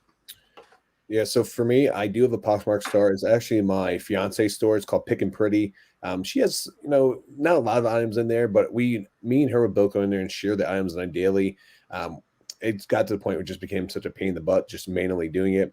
We need to get an actual a bot to use. I know Kat will talk about it. She actually uses one for her store. So I'll let her just pick up from there. Yeah, so I use One Shop. I can send you an invite to that if you want. It is continuously sharing, whether it's legal or not, I don't know, but I use it. It also sends offers to all watchers for 10% off automatically. And that's where most of my sales come from. It's from that program sending offers to watchers. So Katrina's saying share at least 3 times a day. The nice thing now is you can share your whole Poshmark closet with one click. So you don't have to click on each item. It's just one click to share your whole closet. I didn't even know that. Yeah, just one click now. So really, I probably don't need the program, but it's just like it runs like, and I don't have to do anything. And like I said, it sends automatic offers to likers. So that has gotten me a lot of sales. So that's why I like it. Oh, what'd Gino say? Click it again, Rod. Trying to steal my day. Gino would like Amy to be his Valentine. Well, yeah, I think Yvon already asked me. So we did 2 months ago. She was my date tonight. Sorry, Gino. I'm a 2-timer. Guys, if you don't know, Gino's Finds has a YouTube channel too, and he is who made my new dolphin super chats for me. Gino is amazing. So check out Gino too. He's a great guy. Now, Resell to Ride. No question this week. Resell to Ride, message me on Instagram. That's all I'm going to say. Just message me on Instagram. Just wanted to say, hey, and I appreciate all the info this week. So all of the super chats tonight, all of the coffees this week and next week are going to Dalton Soccer.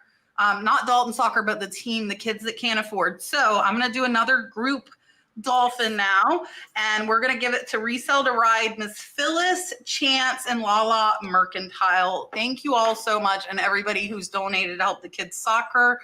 I greatly appreciate it. Here is from Gino's Finds. Here is your dolphin.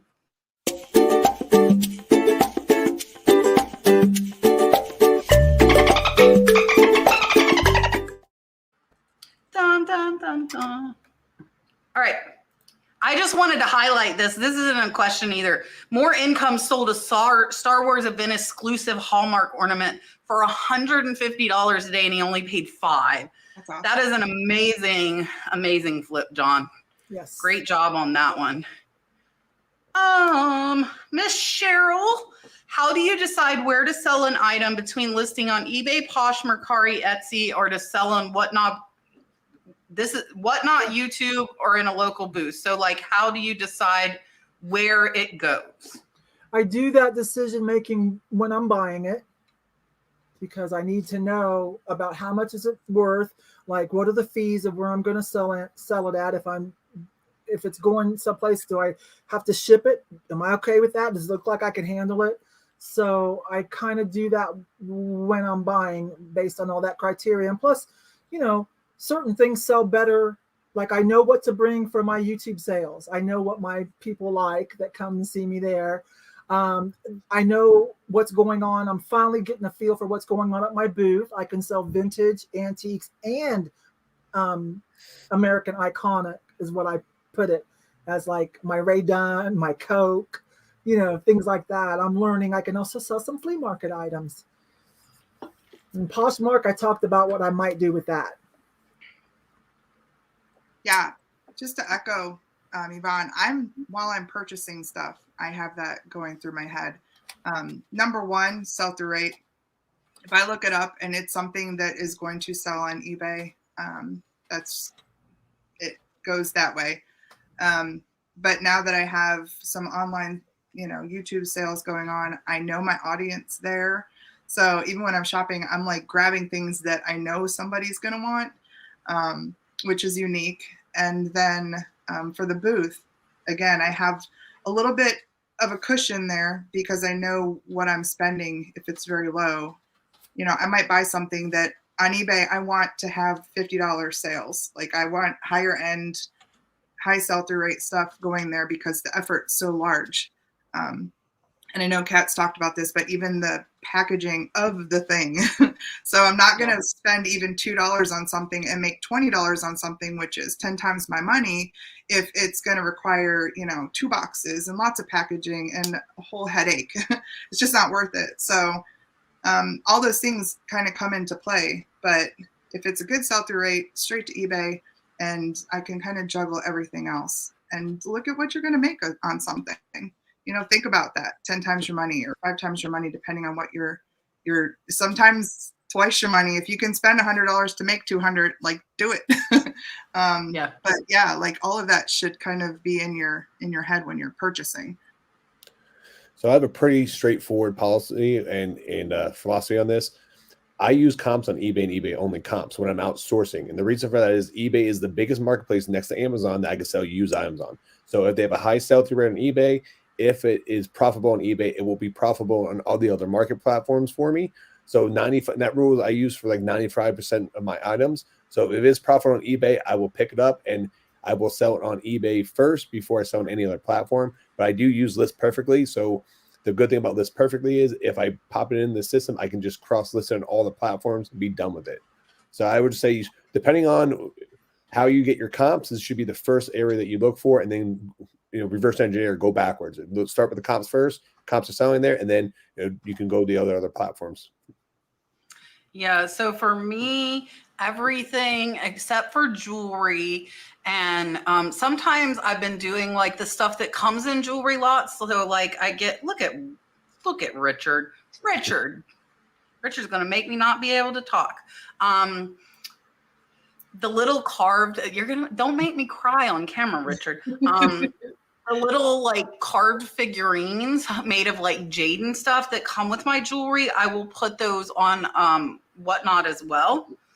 And everything else all goes to eBay. And then from eBay, it all goes to Posh, it all goes to Mercari. And if it's 20 years or older and over $20, it goes to Etsy. So I don't want to list under $20 because of the 20-cent revolving fee. So over $20 goes to Etsy as well. The only exception on jewelry is $500 or more pieces of jewelry. So like my Shriner brooch sold for $599.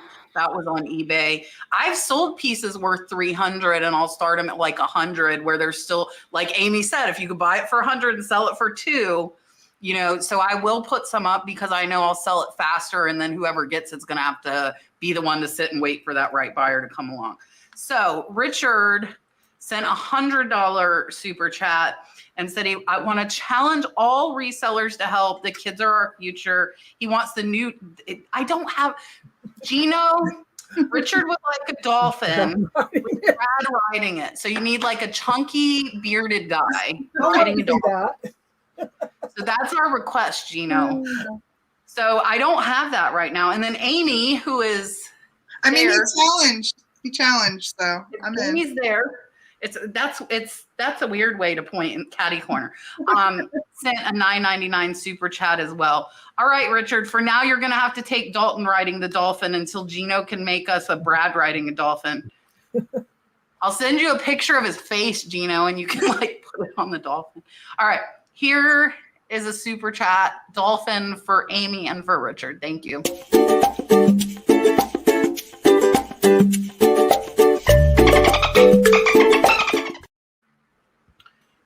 I'll email you a photo of Brad. Gino said he needs a photo. I will email it, and it will be like a only for Richard super chat, because I don't think anybody else wants to see Brad riding the dolphin. I want to see that.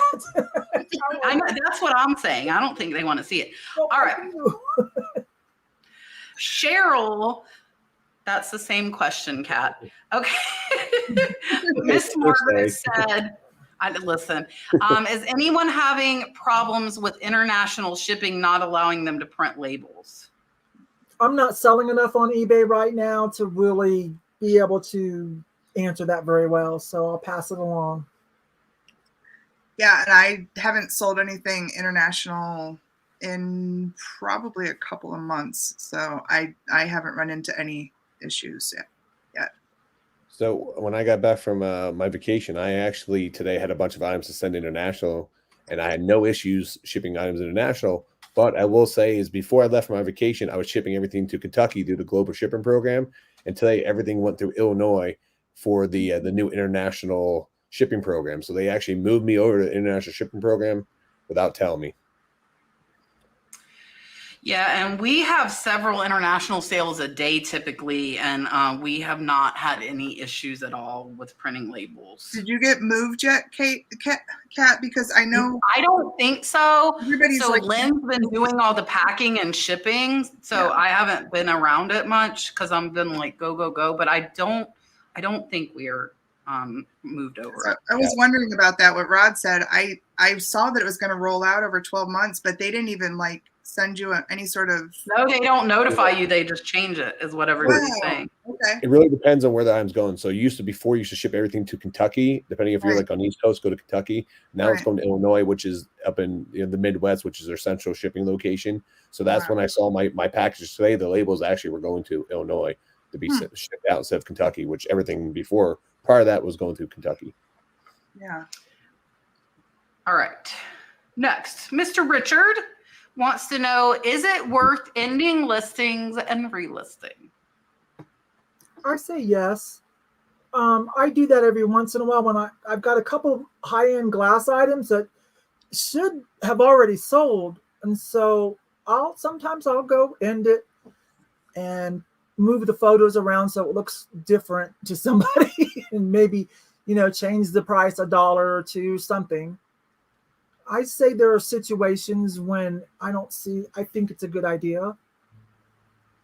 I'm sure it is, but I'm a lazy eBayer. I don't even have Kat's excuse of like 6,000 items.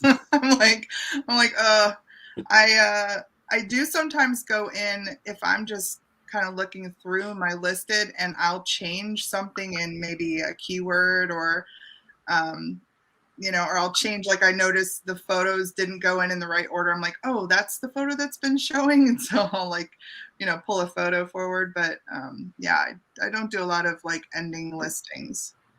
So I laugh when I saw this question because me and Kat have two different philosophies on this. And every time it comes up, we completely different. Two different answers on this.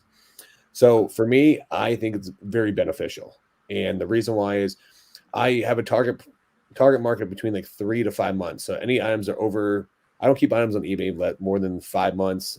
Usually between 3 to 5 months, I'll reevaluate. And every single day I'll go in there, I'll cancel anywhere from 5 to 10 items. And then I'll just not relist or list similar, because then that way eBay's algorithm picks up as a new listed item, but I will change something every single time. So you have to remember, a lot of items we do sell are some are maybe seasonal. Sometimes the sell rates do change throughout the year. Some items are hot 3 months ago, those price points are down, have dropped. So that's my philosophy behind it. So anytime I end an item and I relist it, or I'm sorry, sell similar to get it back on eBay, I always change the price and lower the price, because I may have just been shooting high at the time or mislooked at comps. So by lowering the price, it helps get a fresh listing up there at a lower, more competitive price. And every time I do that, I sell multiple items that week from items that I just ended and did the sell similar for me. So it works well for me. And I find that to be more beneficial than doing sales and running a complete sales through my store. That works out better for my business model and for what I do. And I did a tiny little experiment of 100 items, and it didn't sell anything. But I saw quite a few people. I think I was reading on Dominic's group on Facebook, Reselling Resource Center. If you're not a member, it's an excellent group. Several people saying it's beneficial. So I might, once we get caught back up with listing, try having Lynn do it again. I'm not totally opposed to changing stuff, even though I might seem like I am. It's kind of scary though, because you find your way and your method that works. And if you're having good sales, like changing that method is kind of scary.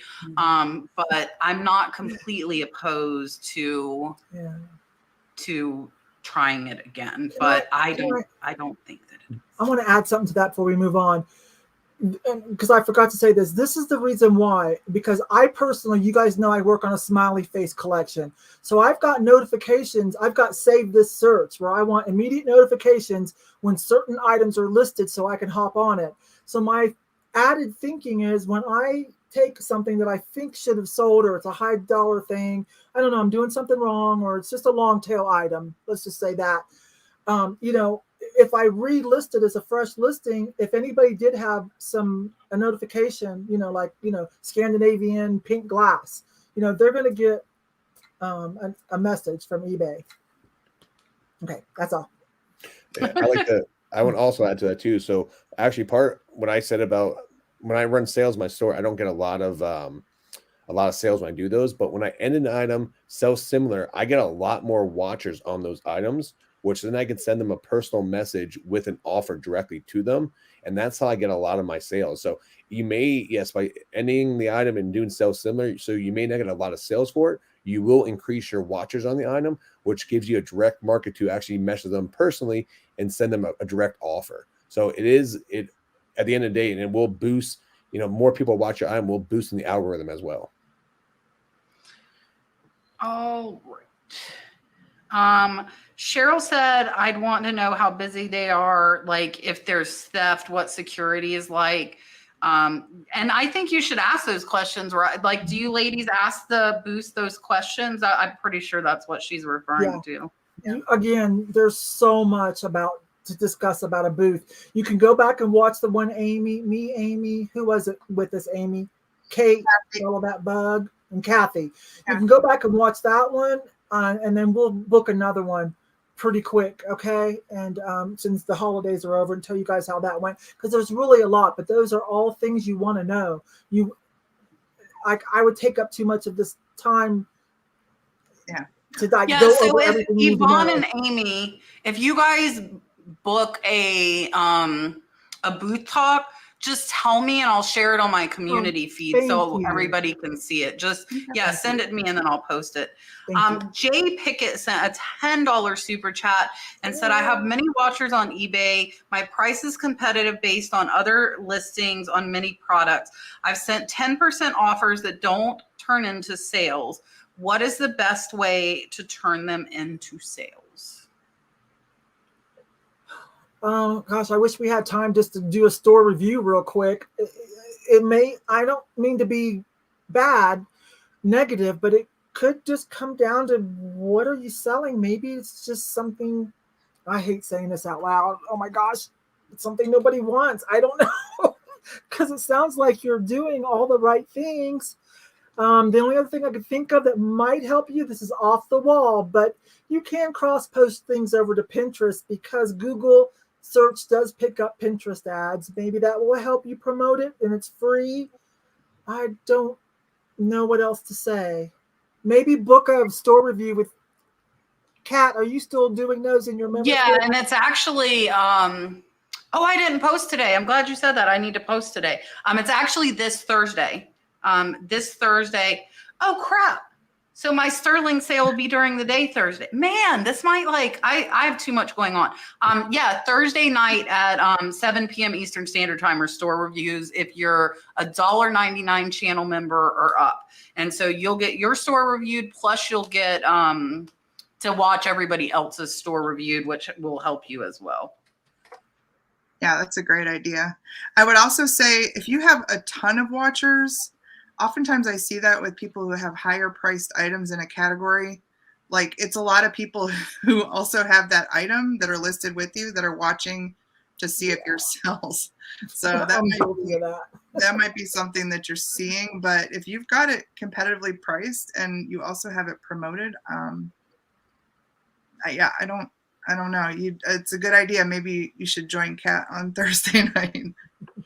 So I would say if you're competitive with the market prices right there, you're sending out offers that are even, offering 10% discount. A couple of things. One is reevaluate your pictures and your descriptions and your titles, because Thank you. Those might be your key things to start off with, because even though you're competitive with the price, your pictures may be very dark, maybe not detailed enough.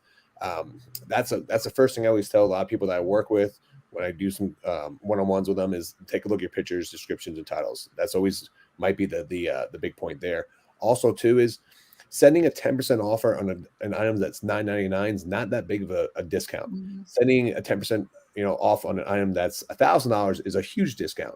So as also too, depending on where your price point is on that item, you may want to not use the standard 10% and focus more on a specific discount on that item. So for example, if I have an item for $10, I never send an offer for 10% off. I'll send an offer for 20% off because it's only $2 off and it looks a lot better with that. Also to look at the price point that you're selling on your item compared to the shipping cost. Because if the item is $9.99 and the shipping cost is going to be $8, a lot of people don't want to buy an item that the shipping cost is the same price. You might be better off putting the item for $17.99 with free shipping, because mentally for people, it's a better deal for them instead of buying items the same cost as shipping price.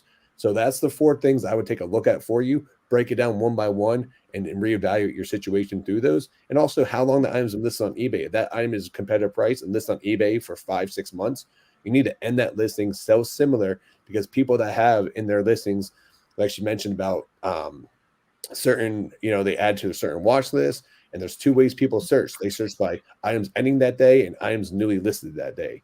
So if it's been on eBay for a long time, just simple thing is ending it so similar may give you that boost. Even if everything else, hits those categories of what I just talked about, then that may be your last step to try.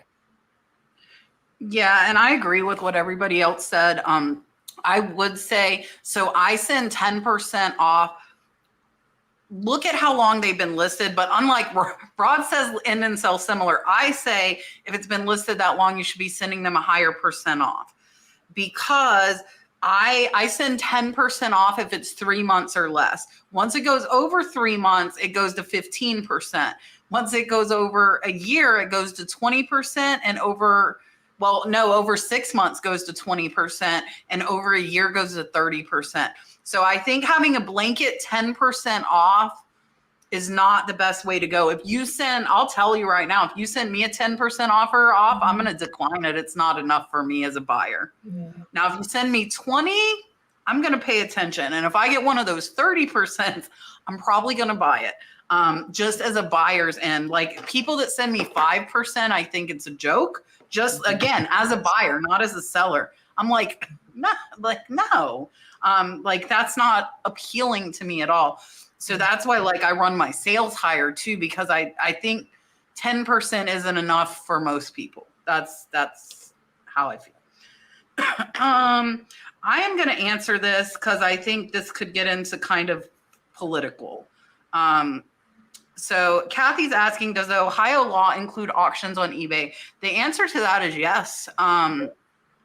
And technically, this comes up every few years. Some of the states' laws are not very clear. Florida is one of them. So I am not going to give you advice, even if you're in Florida. You need to research it yourself and interpret the law yourself. This is almost like taxes. I will tell you from what Don, the auction professor, researched. I did watch his video because a lot of people commented on mine. I just happened to use an auction thumbnail the same day his came out. That was not like, I was like, whoa, where are all the, so in Ohio, yes. And I spoke to Whatnot, and Whatnot said it depends on your state law, but that's not something, they're not the police. So they're not going to enforce that. They're not going to make sure you have what you need in your state. So you need to research yourself for your state, even if it's Florida, I am not going to give, just like we're not accountants, we're not lawyers. I'm not going to give you legal advice. You need to research it for yourself. But Ohio's auction law does apply to eBay and Whatnot and any other YouTube. Any platform you can have an auction, that law applies to, according to the auction professor. I will notate that.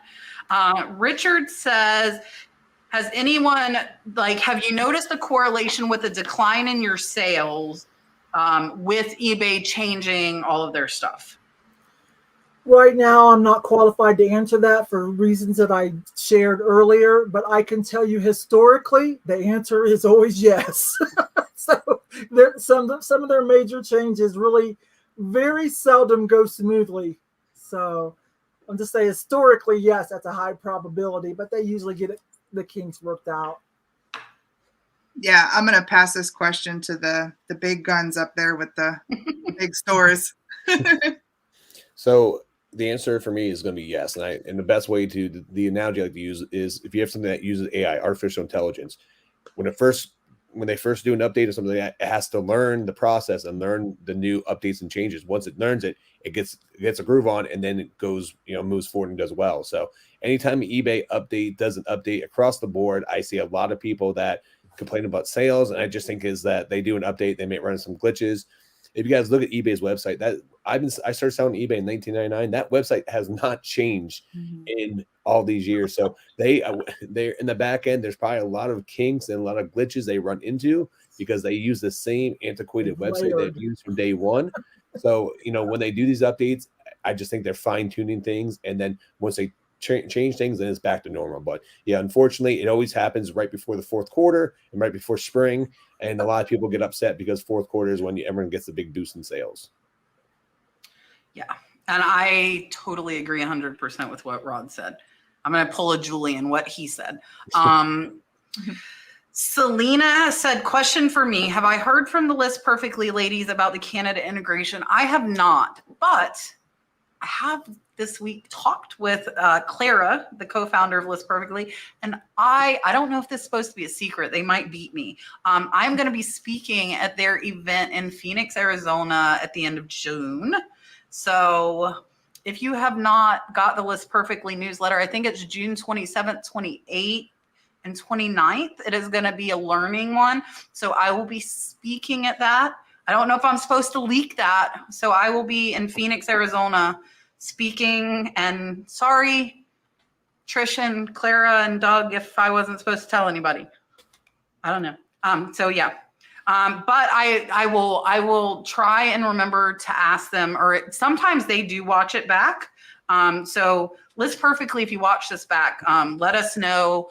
I know what they've been concentrating on is the auto ending, like where if you cross post, it'll automatically take it down on the other platforms. That's what they're concentrating on right now. So that might be one of their next things. Rose sent a $4.99 super chat. Thank you so much. I am going to give Rose a dolphin, and then we're going to try and do, are you guys okay staying on like 5 minutes late where we can do 10 minutes of quick fire? I'm good. Yeah. Okay. All right. So let me give her a dolphin. And again, thank you all so much for Marsha. What total are we at, my friend? Okay, I'm giving you a dolphin, and hopefully Marsha is listening and will give me a total by the time we get back. You got 6 seconds, Marsha. Here you go, Miss Rose.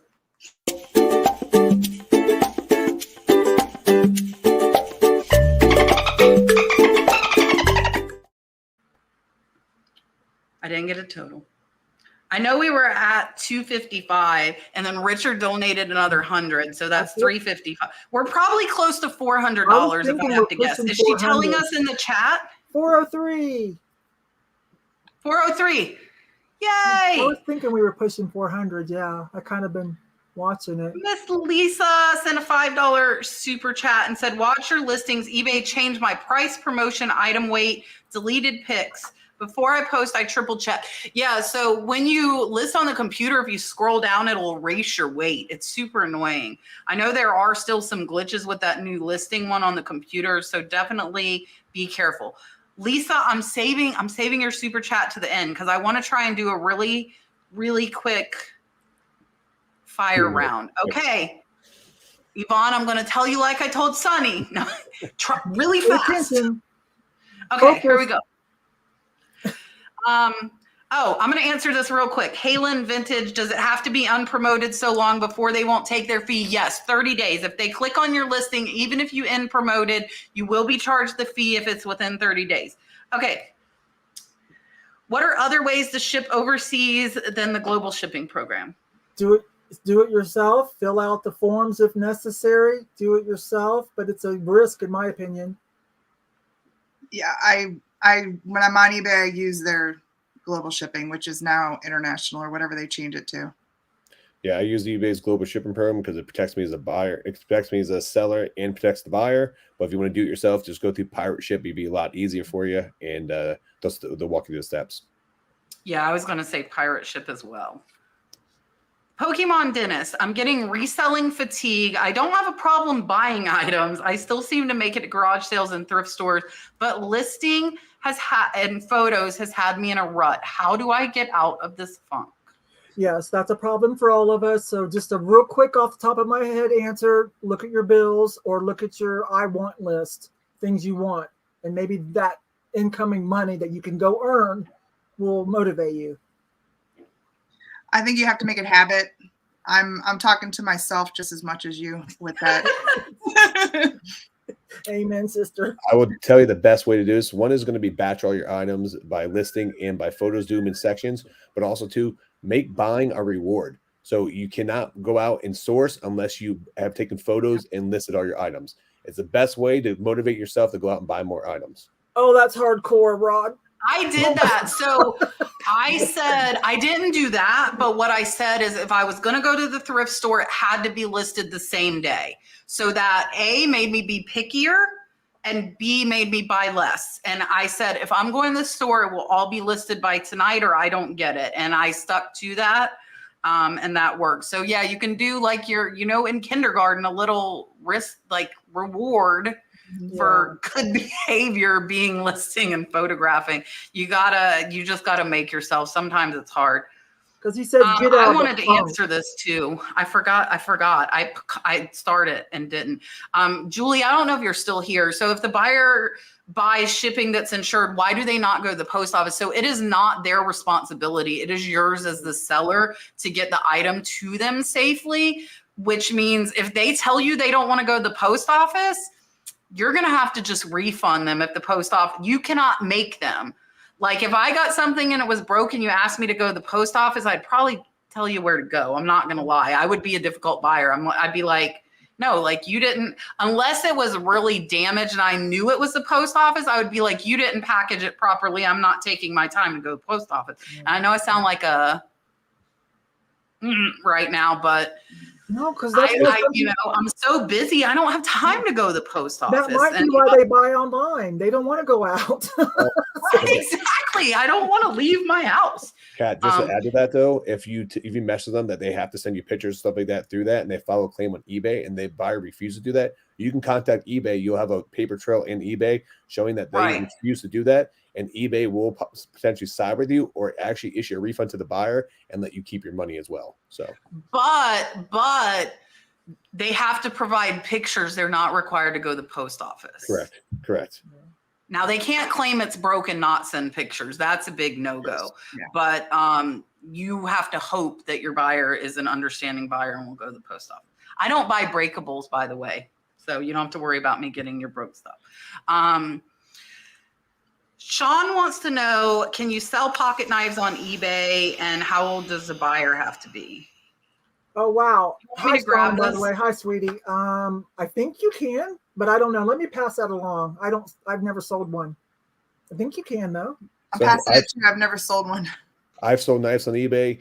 You can sell knives on eBay. There's, not big issue on there, but every buyer that signs up on eBay has to be 18 or older. That's why there's no thing. So if someone signed up on eBay and they're under 18, then that's a no-no. But everyone has to be 18 or older to set up an account on eBay. Yeah, that's what I was going to say too. And you cannot ship them international. So you can sell them on eBay, but do not turn on international shipping. That is a no-no. Miss Judy, is there an eBay business phone number to call? There is one, but I don't know it. And I would say eBay for Business on Facebook is amazingly responsive and will get whatever you need done. So I would recommend doing that. If you also go There through is the one. chat, you can actually request a phone call directly too. Yeah. There is one, but it's hard to find. It helps if you have concierge service. You're going to get better attention. Otherwise, And I don't even have the concierge. I do, and it's a wonderful thing. But so like Kat says, another resort, I would give the same thing. Go to eBay Business, and sometimes that really helps. That's eBay Business on Facebook. If you guys don't know Thank about you, that. Rod. Yeah, you just message eBay Business for Facebook. GTGJ says eBay doesn't like you canceling listings. So I want to insert, eBay doesn't care if you cancel listings. They care if you cancel auctions. Auctions. Not just buy it now. They could care less. Or so if you cancel something that already sold. The transaction, that's going to get you in trouble. The best way so it doesn't matter. The best way to get around that, if you're canceling an item that already sold, message the buyer first, let them know the issue, and give them the option. If they want you to cancel it or issue a refund. They send you a message saying, yes, just cancel it. Then you're off the hook on that. You can mark it down as uncanceled. Yeah, you can mark it as what is it, Rod? Buyer request. Buyer request. Yep. Send them a message and get them to agree to it first. And that's the best way to work around on that. Yeah, you don't get dinged, I don't think, on that. Right. That's excellent. Yeah, so like just ending ones that don't have bids or haven't already sold, it doesn't matter, because like I end stuff that sells on Poshmark, Etsy, Mercari all the time. We still get plenty of sales. Richard said he's a software engineer, and those changes to the system change the AI and it has to rebuild the memory. So he's saying you were right as far as the sales. Celia wants to know, is there a better time of the day to drop new listings in your opinion? Some will say yes, some will say no. I think if you're running an auction, you might want to give it a little bit more consideration as to when you drop it, as to when it's going to end. I agree. Auctions I would consider, but everything else that I just list, I list as I'm doing it. I make them live as I'm doing it. So I batch my photos. I list throughout the day, so that part doesn't matter. Auctions do matter. I always find that listing auctions on a Sunday night to Sunday night, I usually have a really good sell-through rate. And also add the extra 10 cents and do a Thursday listing for 10 days. From Thursday to Sunday, and you do a 10-day listing, you get 2 weekends. And that usually boosts my sales for like really high-end items. Yeah, I'm going to echo what everybody else said. I don't care if it's a buy it now, if it's an auction. My last auctions I ran, I paid to schedule them to where they would end on Sunday night at 8 p.m. Eastern, which is 5 p.m. Pacific. So I paid the 15 or 10 cents or whatever it was to do that. All right, I'm going to grab a couple more, and then I will let everybody tell you again about themselves. Rod can tell you what's going on. I'll tell you what's going on. And then I will close out with a dolphin for Miss Lisa Beachwalker. All right, two more questions. Jake the Thrifter said, I don't have as much time to list as I would like to on eBay. Do you think it would be worth hiring someone to list for me and split the profits with what sells from them? Oh my gosh, and I got to answer this quick. Okay, yes and no. To hire somebody good does take a little bit of money, but splitting the profits, I don't know what percentage you're talking about. That's a tricky game. You kind of need to have volume, and you need to be sure you're selling the right stuff. You know what? If you don't have the volume to hire people, because you got to keep them working. That's a commitment too, you guys. I would consider the other option. You can consider is do like me. I'm part-time.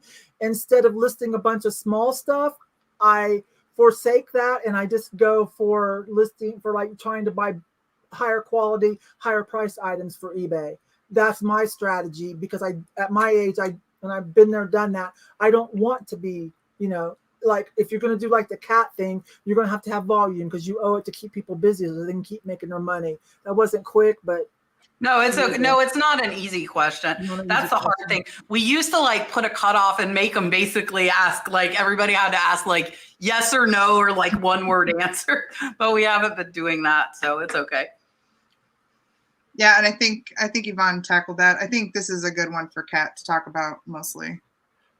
So for me, I would say it would be better to charge someone give them $1 or $2 per listing instead of splitting profits with them on there. Also, too, if you don't have a lot of time to list, start listing big lots. That way you can put a higher price point on an item and actually maybe give the buyer a slight discount, but move inventory and have less listings.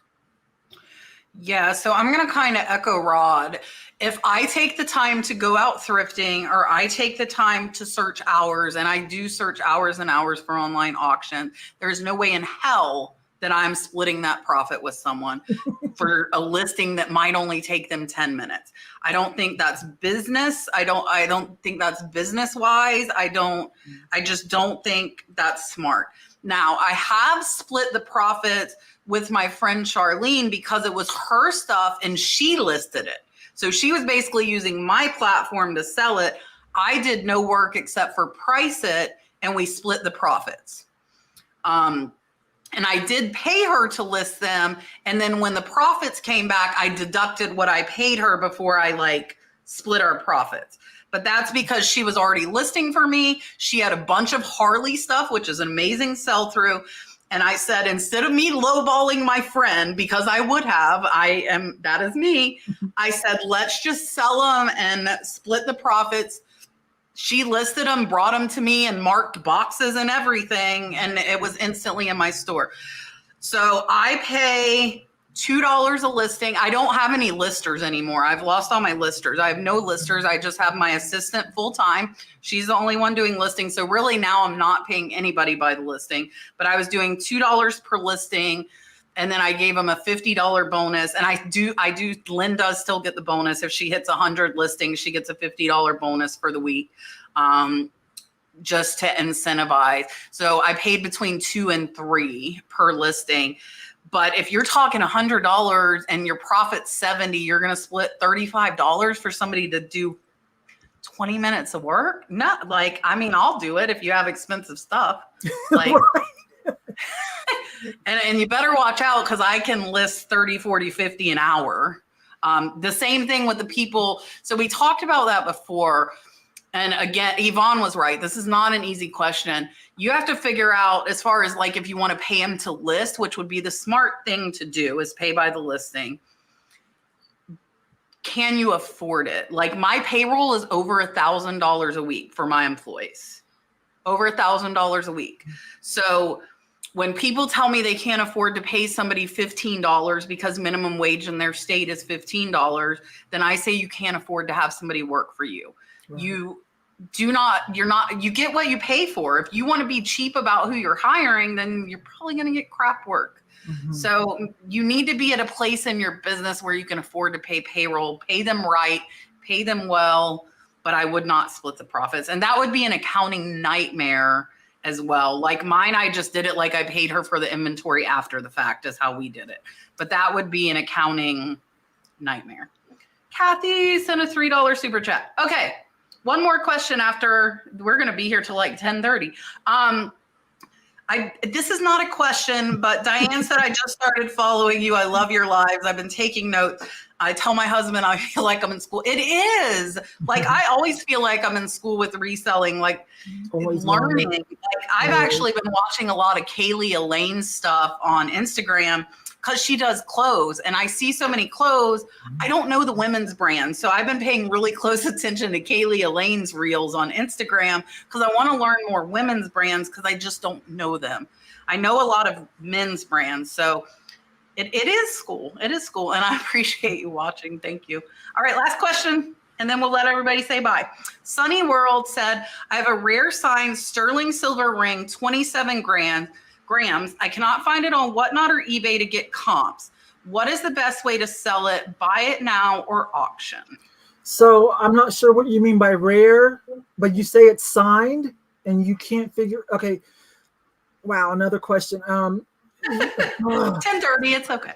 Sometimes signatures are like something like that. It would be worth to still keep working on that signature, because that can mean difference of $100 or more. If it's like, how did you determine it was rare already?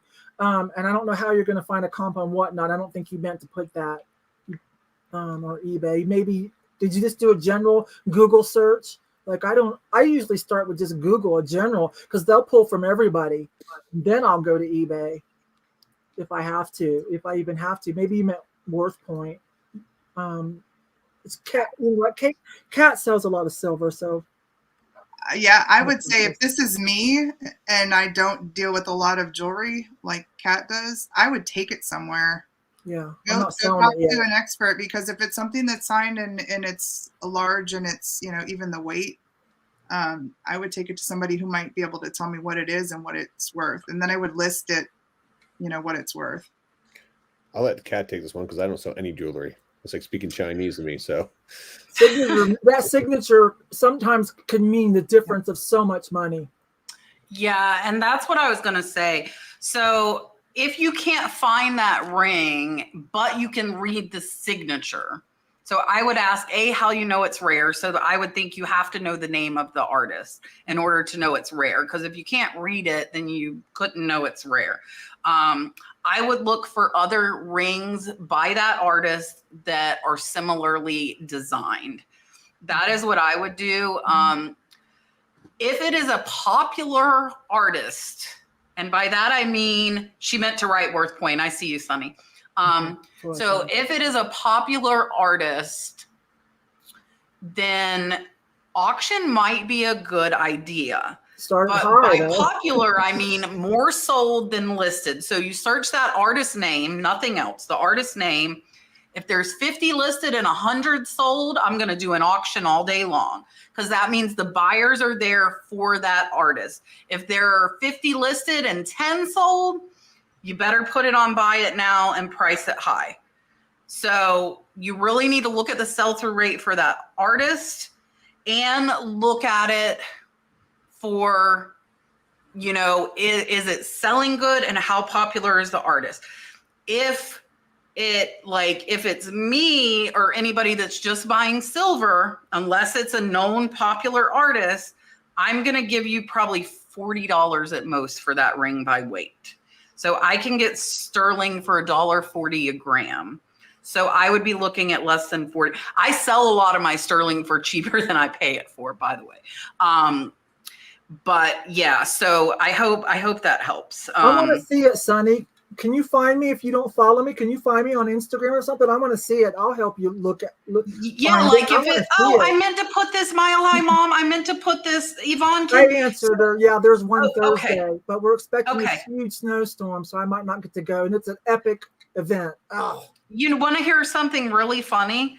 I thought she was you, Yvon. She told me that over on. Yeah, on Whatnot, you guys, I use my. I was like, did Yvon make a different? Yvon, are you on a new name? And it was Mile High Mom. She's like, I'm not Yvon. I was like, oh. All right, I am going to make Yvon big and then Amy big. Let them tell you guys what they've got going on, a little bit more about their channels. Everybody on the panel does have YouTube channels. Richard, Marcia, and Mark have all been dropping links throughout the show. So definitely subscribe to all three of these guys if you are not. And we are all over on Instagram as well. So I'm going to make Yvon big, let her tell you about herself again and what she's got coming up. So here you go, Yvon. Okay, hi. So what I've got coming up, so far I don't have anything else booked because it's tax time and I need to work on my booth. But every first Wednesday of the month, I used to do a sale where Kat would come over, the nurse flipper, but she went to Whatnot. And so the Thrifting twins took her place. So every first Wednesday of the month, whatever it falls on, is with the Thrifting twins, a live sale on YouTube. And then every second Wednesday of the month, Kathy the Kitschy Cat, and Kate followed that Bug Vintage come over. And that's all of the regulars I booked so far. As soon as we're done, if Amy has time, I think we'll do a little side chat and book a booth talk though. But I post Thrift With Me videos 3 times a week, randomly pop on when I feel like it. Okay, you guys. Thank you. Perfect. Here's Miss Amy. I have videos up on Tuesdays and Thursdays. So I posted one kind of early today so that my viewers could catch it before tonight's, and of course told everybody to come over. So I'm just want to say hi to all my friends who've been in the chat. Thanks for coming over. I have a mid-month, what I call an unlive sale. I have been having fun with that. It's just 10 items that I put up, and it's just kind of a different format. So that goes up tomorrow. And then again, my video on Thursday. The last Thursday of the month, I do a live sale on my channel, and those have been fun too. So thank you, anybody also who has subscribed to my channel since we've been live, because the number has gone up and I'm getting closer to my 4,000. So thanks, Kat, for having me again. I love these. So much fun. You are welcome. Rod, what do you have going on? So I just dropped a brand new video today. It's a very unique video. Kobe, a lot of people don't realize that when Kobe Bryant died, he actually had his own storage unit that went up for auction. One of the guys from Storage Wars bought it and then put the items on whatnot. And I came across some of those items at a yard sale. So please go watch that video. A lot of people in the chat could know that I do open up my DMs in Facebook and on Instagram. I'm not picking and punching across the board on all my social media. Please reach out to me. Any question we were not able to answer tonight, please send me a message. I will follow up with you. The people that sent me emails last week, I will be following up with you this week. I was on vacation out of the country, so I will be getting to you this week. But thank you guys for always watching here and being part of this community. Yes. So tomorrow night, show some support. My daughter and my husband are running Whatnot without me because I will still be in Miami. So Brooke will be behind the I'm assuming they might switch on me. I don't know, but it will be Brooke and Brad tomorrow night at 8:30. I cataloged today before I left for Miami. I got up early this morning to make sure I put what stuff is because they don't know. So I did catalog the sale for them. And then Thursday during the day, I'm going to have a sterling sale because Thursday night is our member listing review. So if you haven't joined membership yet, now's a good time. That's just the $1.99 level. And I review everybody's store. I will post soon as we get off this live. I will post for you to submit to have your store reviewed. And then Friday night is going to be more sterling. We are live. I am crazy. I'm taking Saturday off. I have to make myself, I've been live on Whatnot 6 days a week for 3 weeks now. Whoa. So I'm going to take Saturday off. Hopefully the weather will be nice. I might take Dalton to SeaWorld is my plan. Yes, the Brooke and Brad show tomorrow. I'm going to try and listen in to police them. That is my idea. Yes. Oh, I forgot. I said I would go to Renninger's. Okay, so maybe I'll take 2 Saturdays off. So I might be at Renninger's. I would love to see George the Antique Nomad. I haven't seen him since November. So I might be at Renninger's. So if you're going to Renninger's, message me on Instagram, Facebook. Let me know. It will be Saturday, only Saturday. I'm not going to go for 3 days. I have to see how tired I am from this. Like Miami stresses me out. The traffic here, I have to get into like a NASCAR driver mode, and you just need like a foot between the car, like to cut over, like, and that's all they take. So you better watch out. So you become very, very friendly with your brakes. But yeah. So I will have my What Sold video out on Thursday as well. I want to say a special thanks to all of you who donated for soccer. Marcia sent me the total. We hit $411, and $200 of that was from Richard. So if you're not following Richard, Otnip Drop Flips, it is Ford Pinto Flips backwards. I will explain his name for him. Check him out. I'm going to give you guys a dolphin, and then we're going to take it out with the exit. Oh, let me see who's on next week to tell you guys. Next week is Tip of the Mitt Flips, and Sunny Las Vegas is back. So that is who we will have next week. Again, thank you all for the soccer. I'm going to be talking about it for 2 more weeks because I want to. So right now that puts us at $1,400. So I need 11 $1,100 more dollars. And I think I can do it because I have 2 weeks. I just need $100 a day. And I will hit enough to sponsor the whole league and help them get some equipment. So here is your dolphin, and we will see you guys next week. Bye, guys.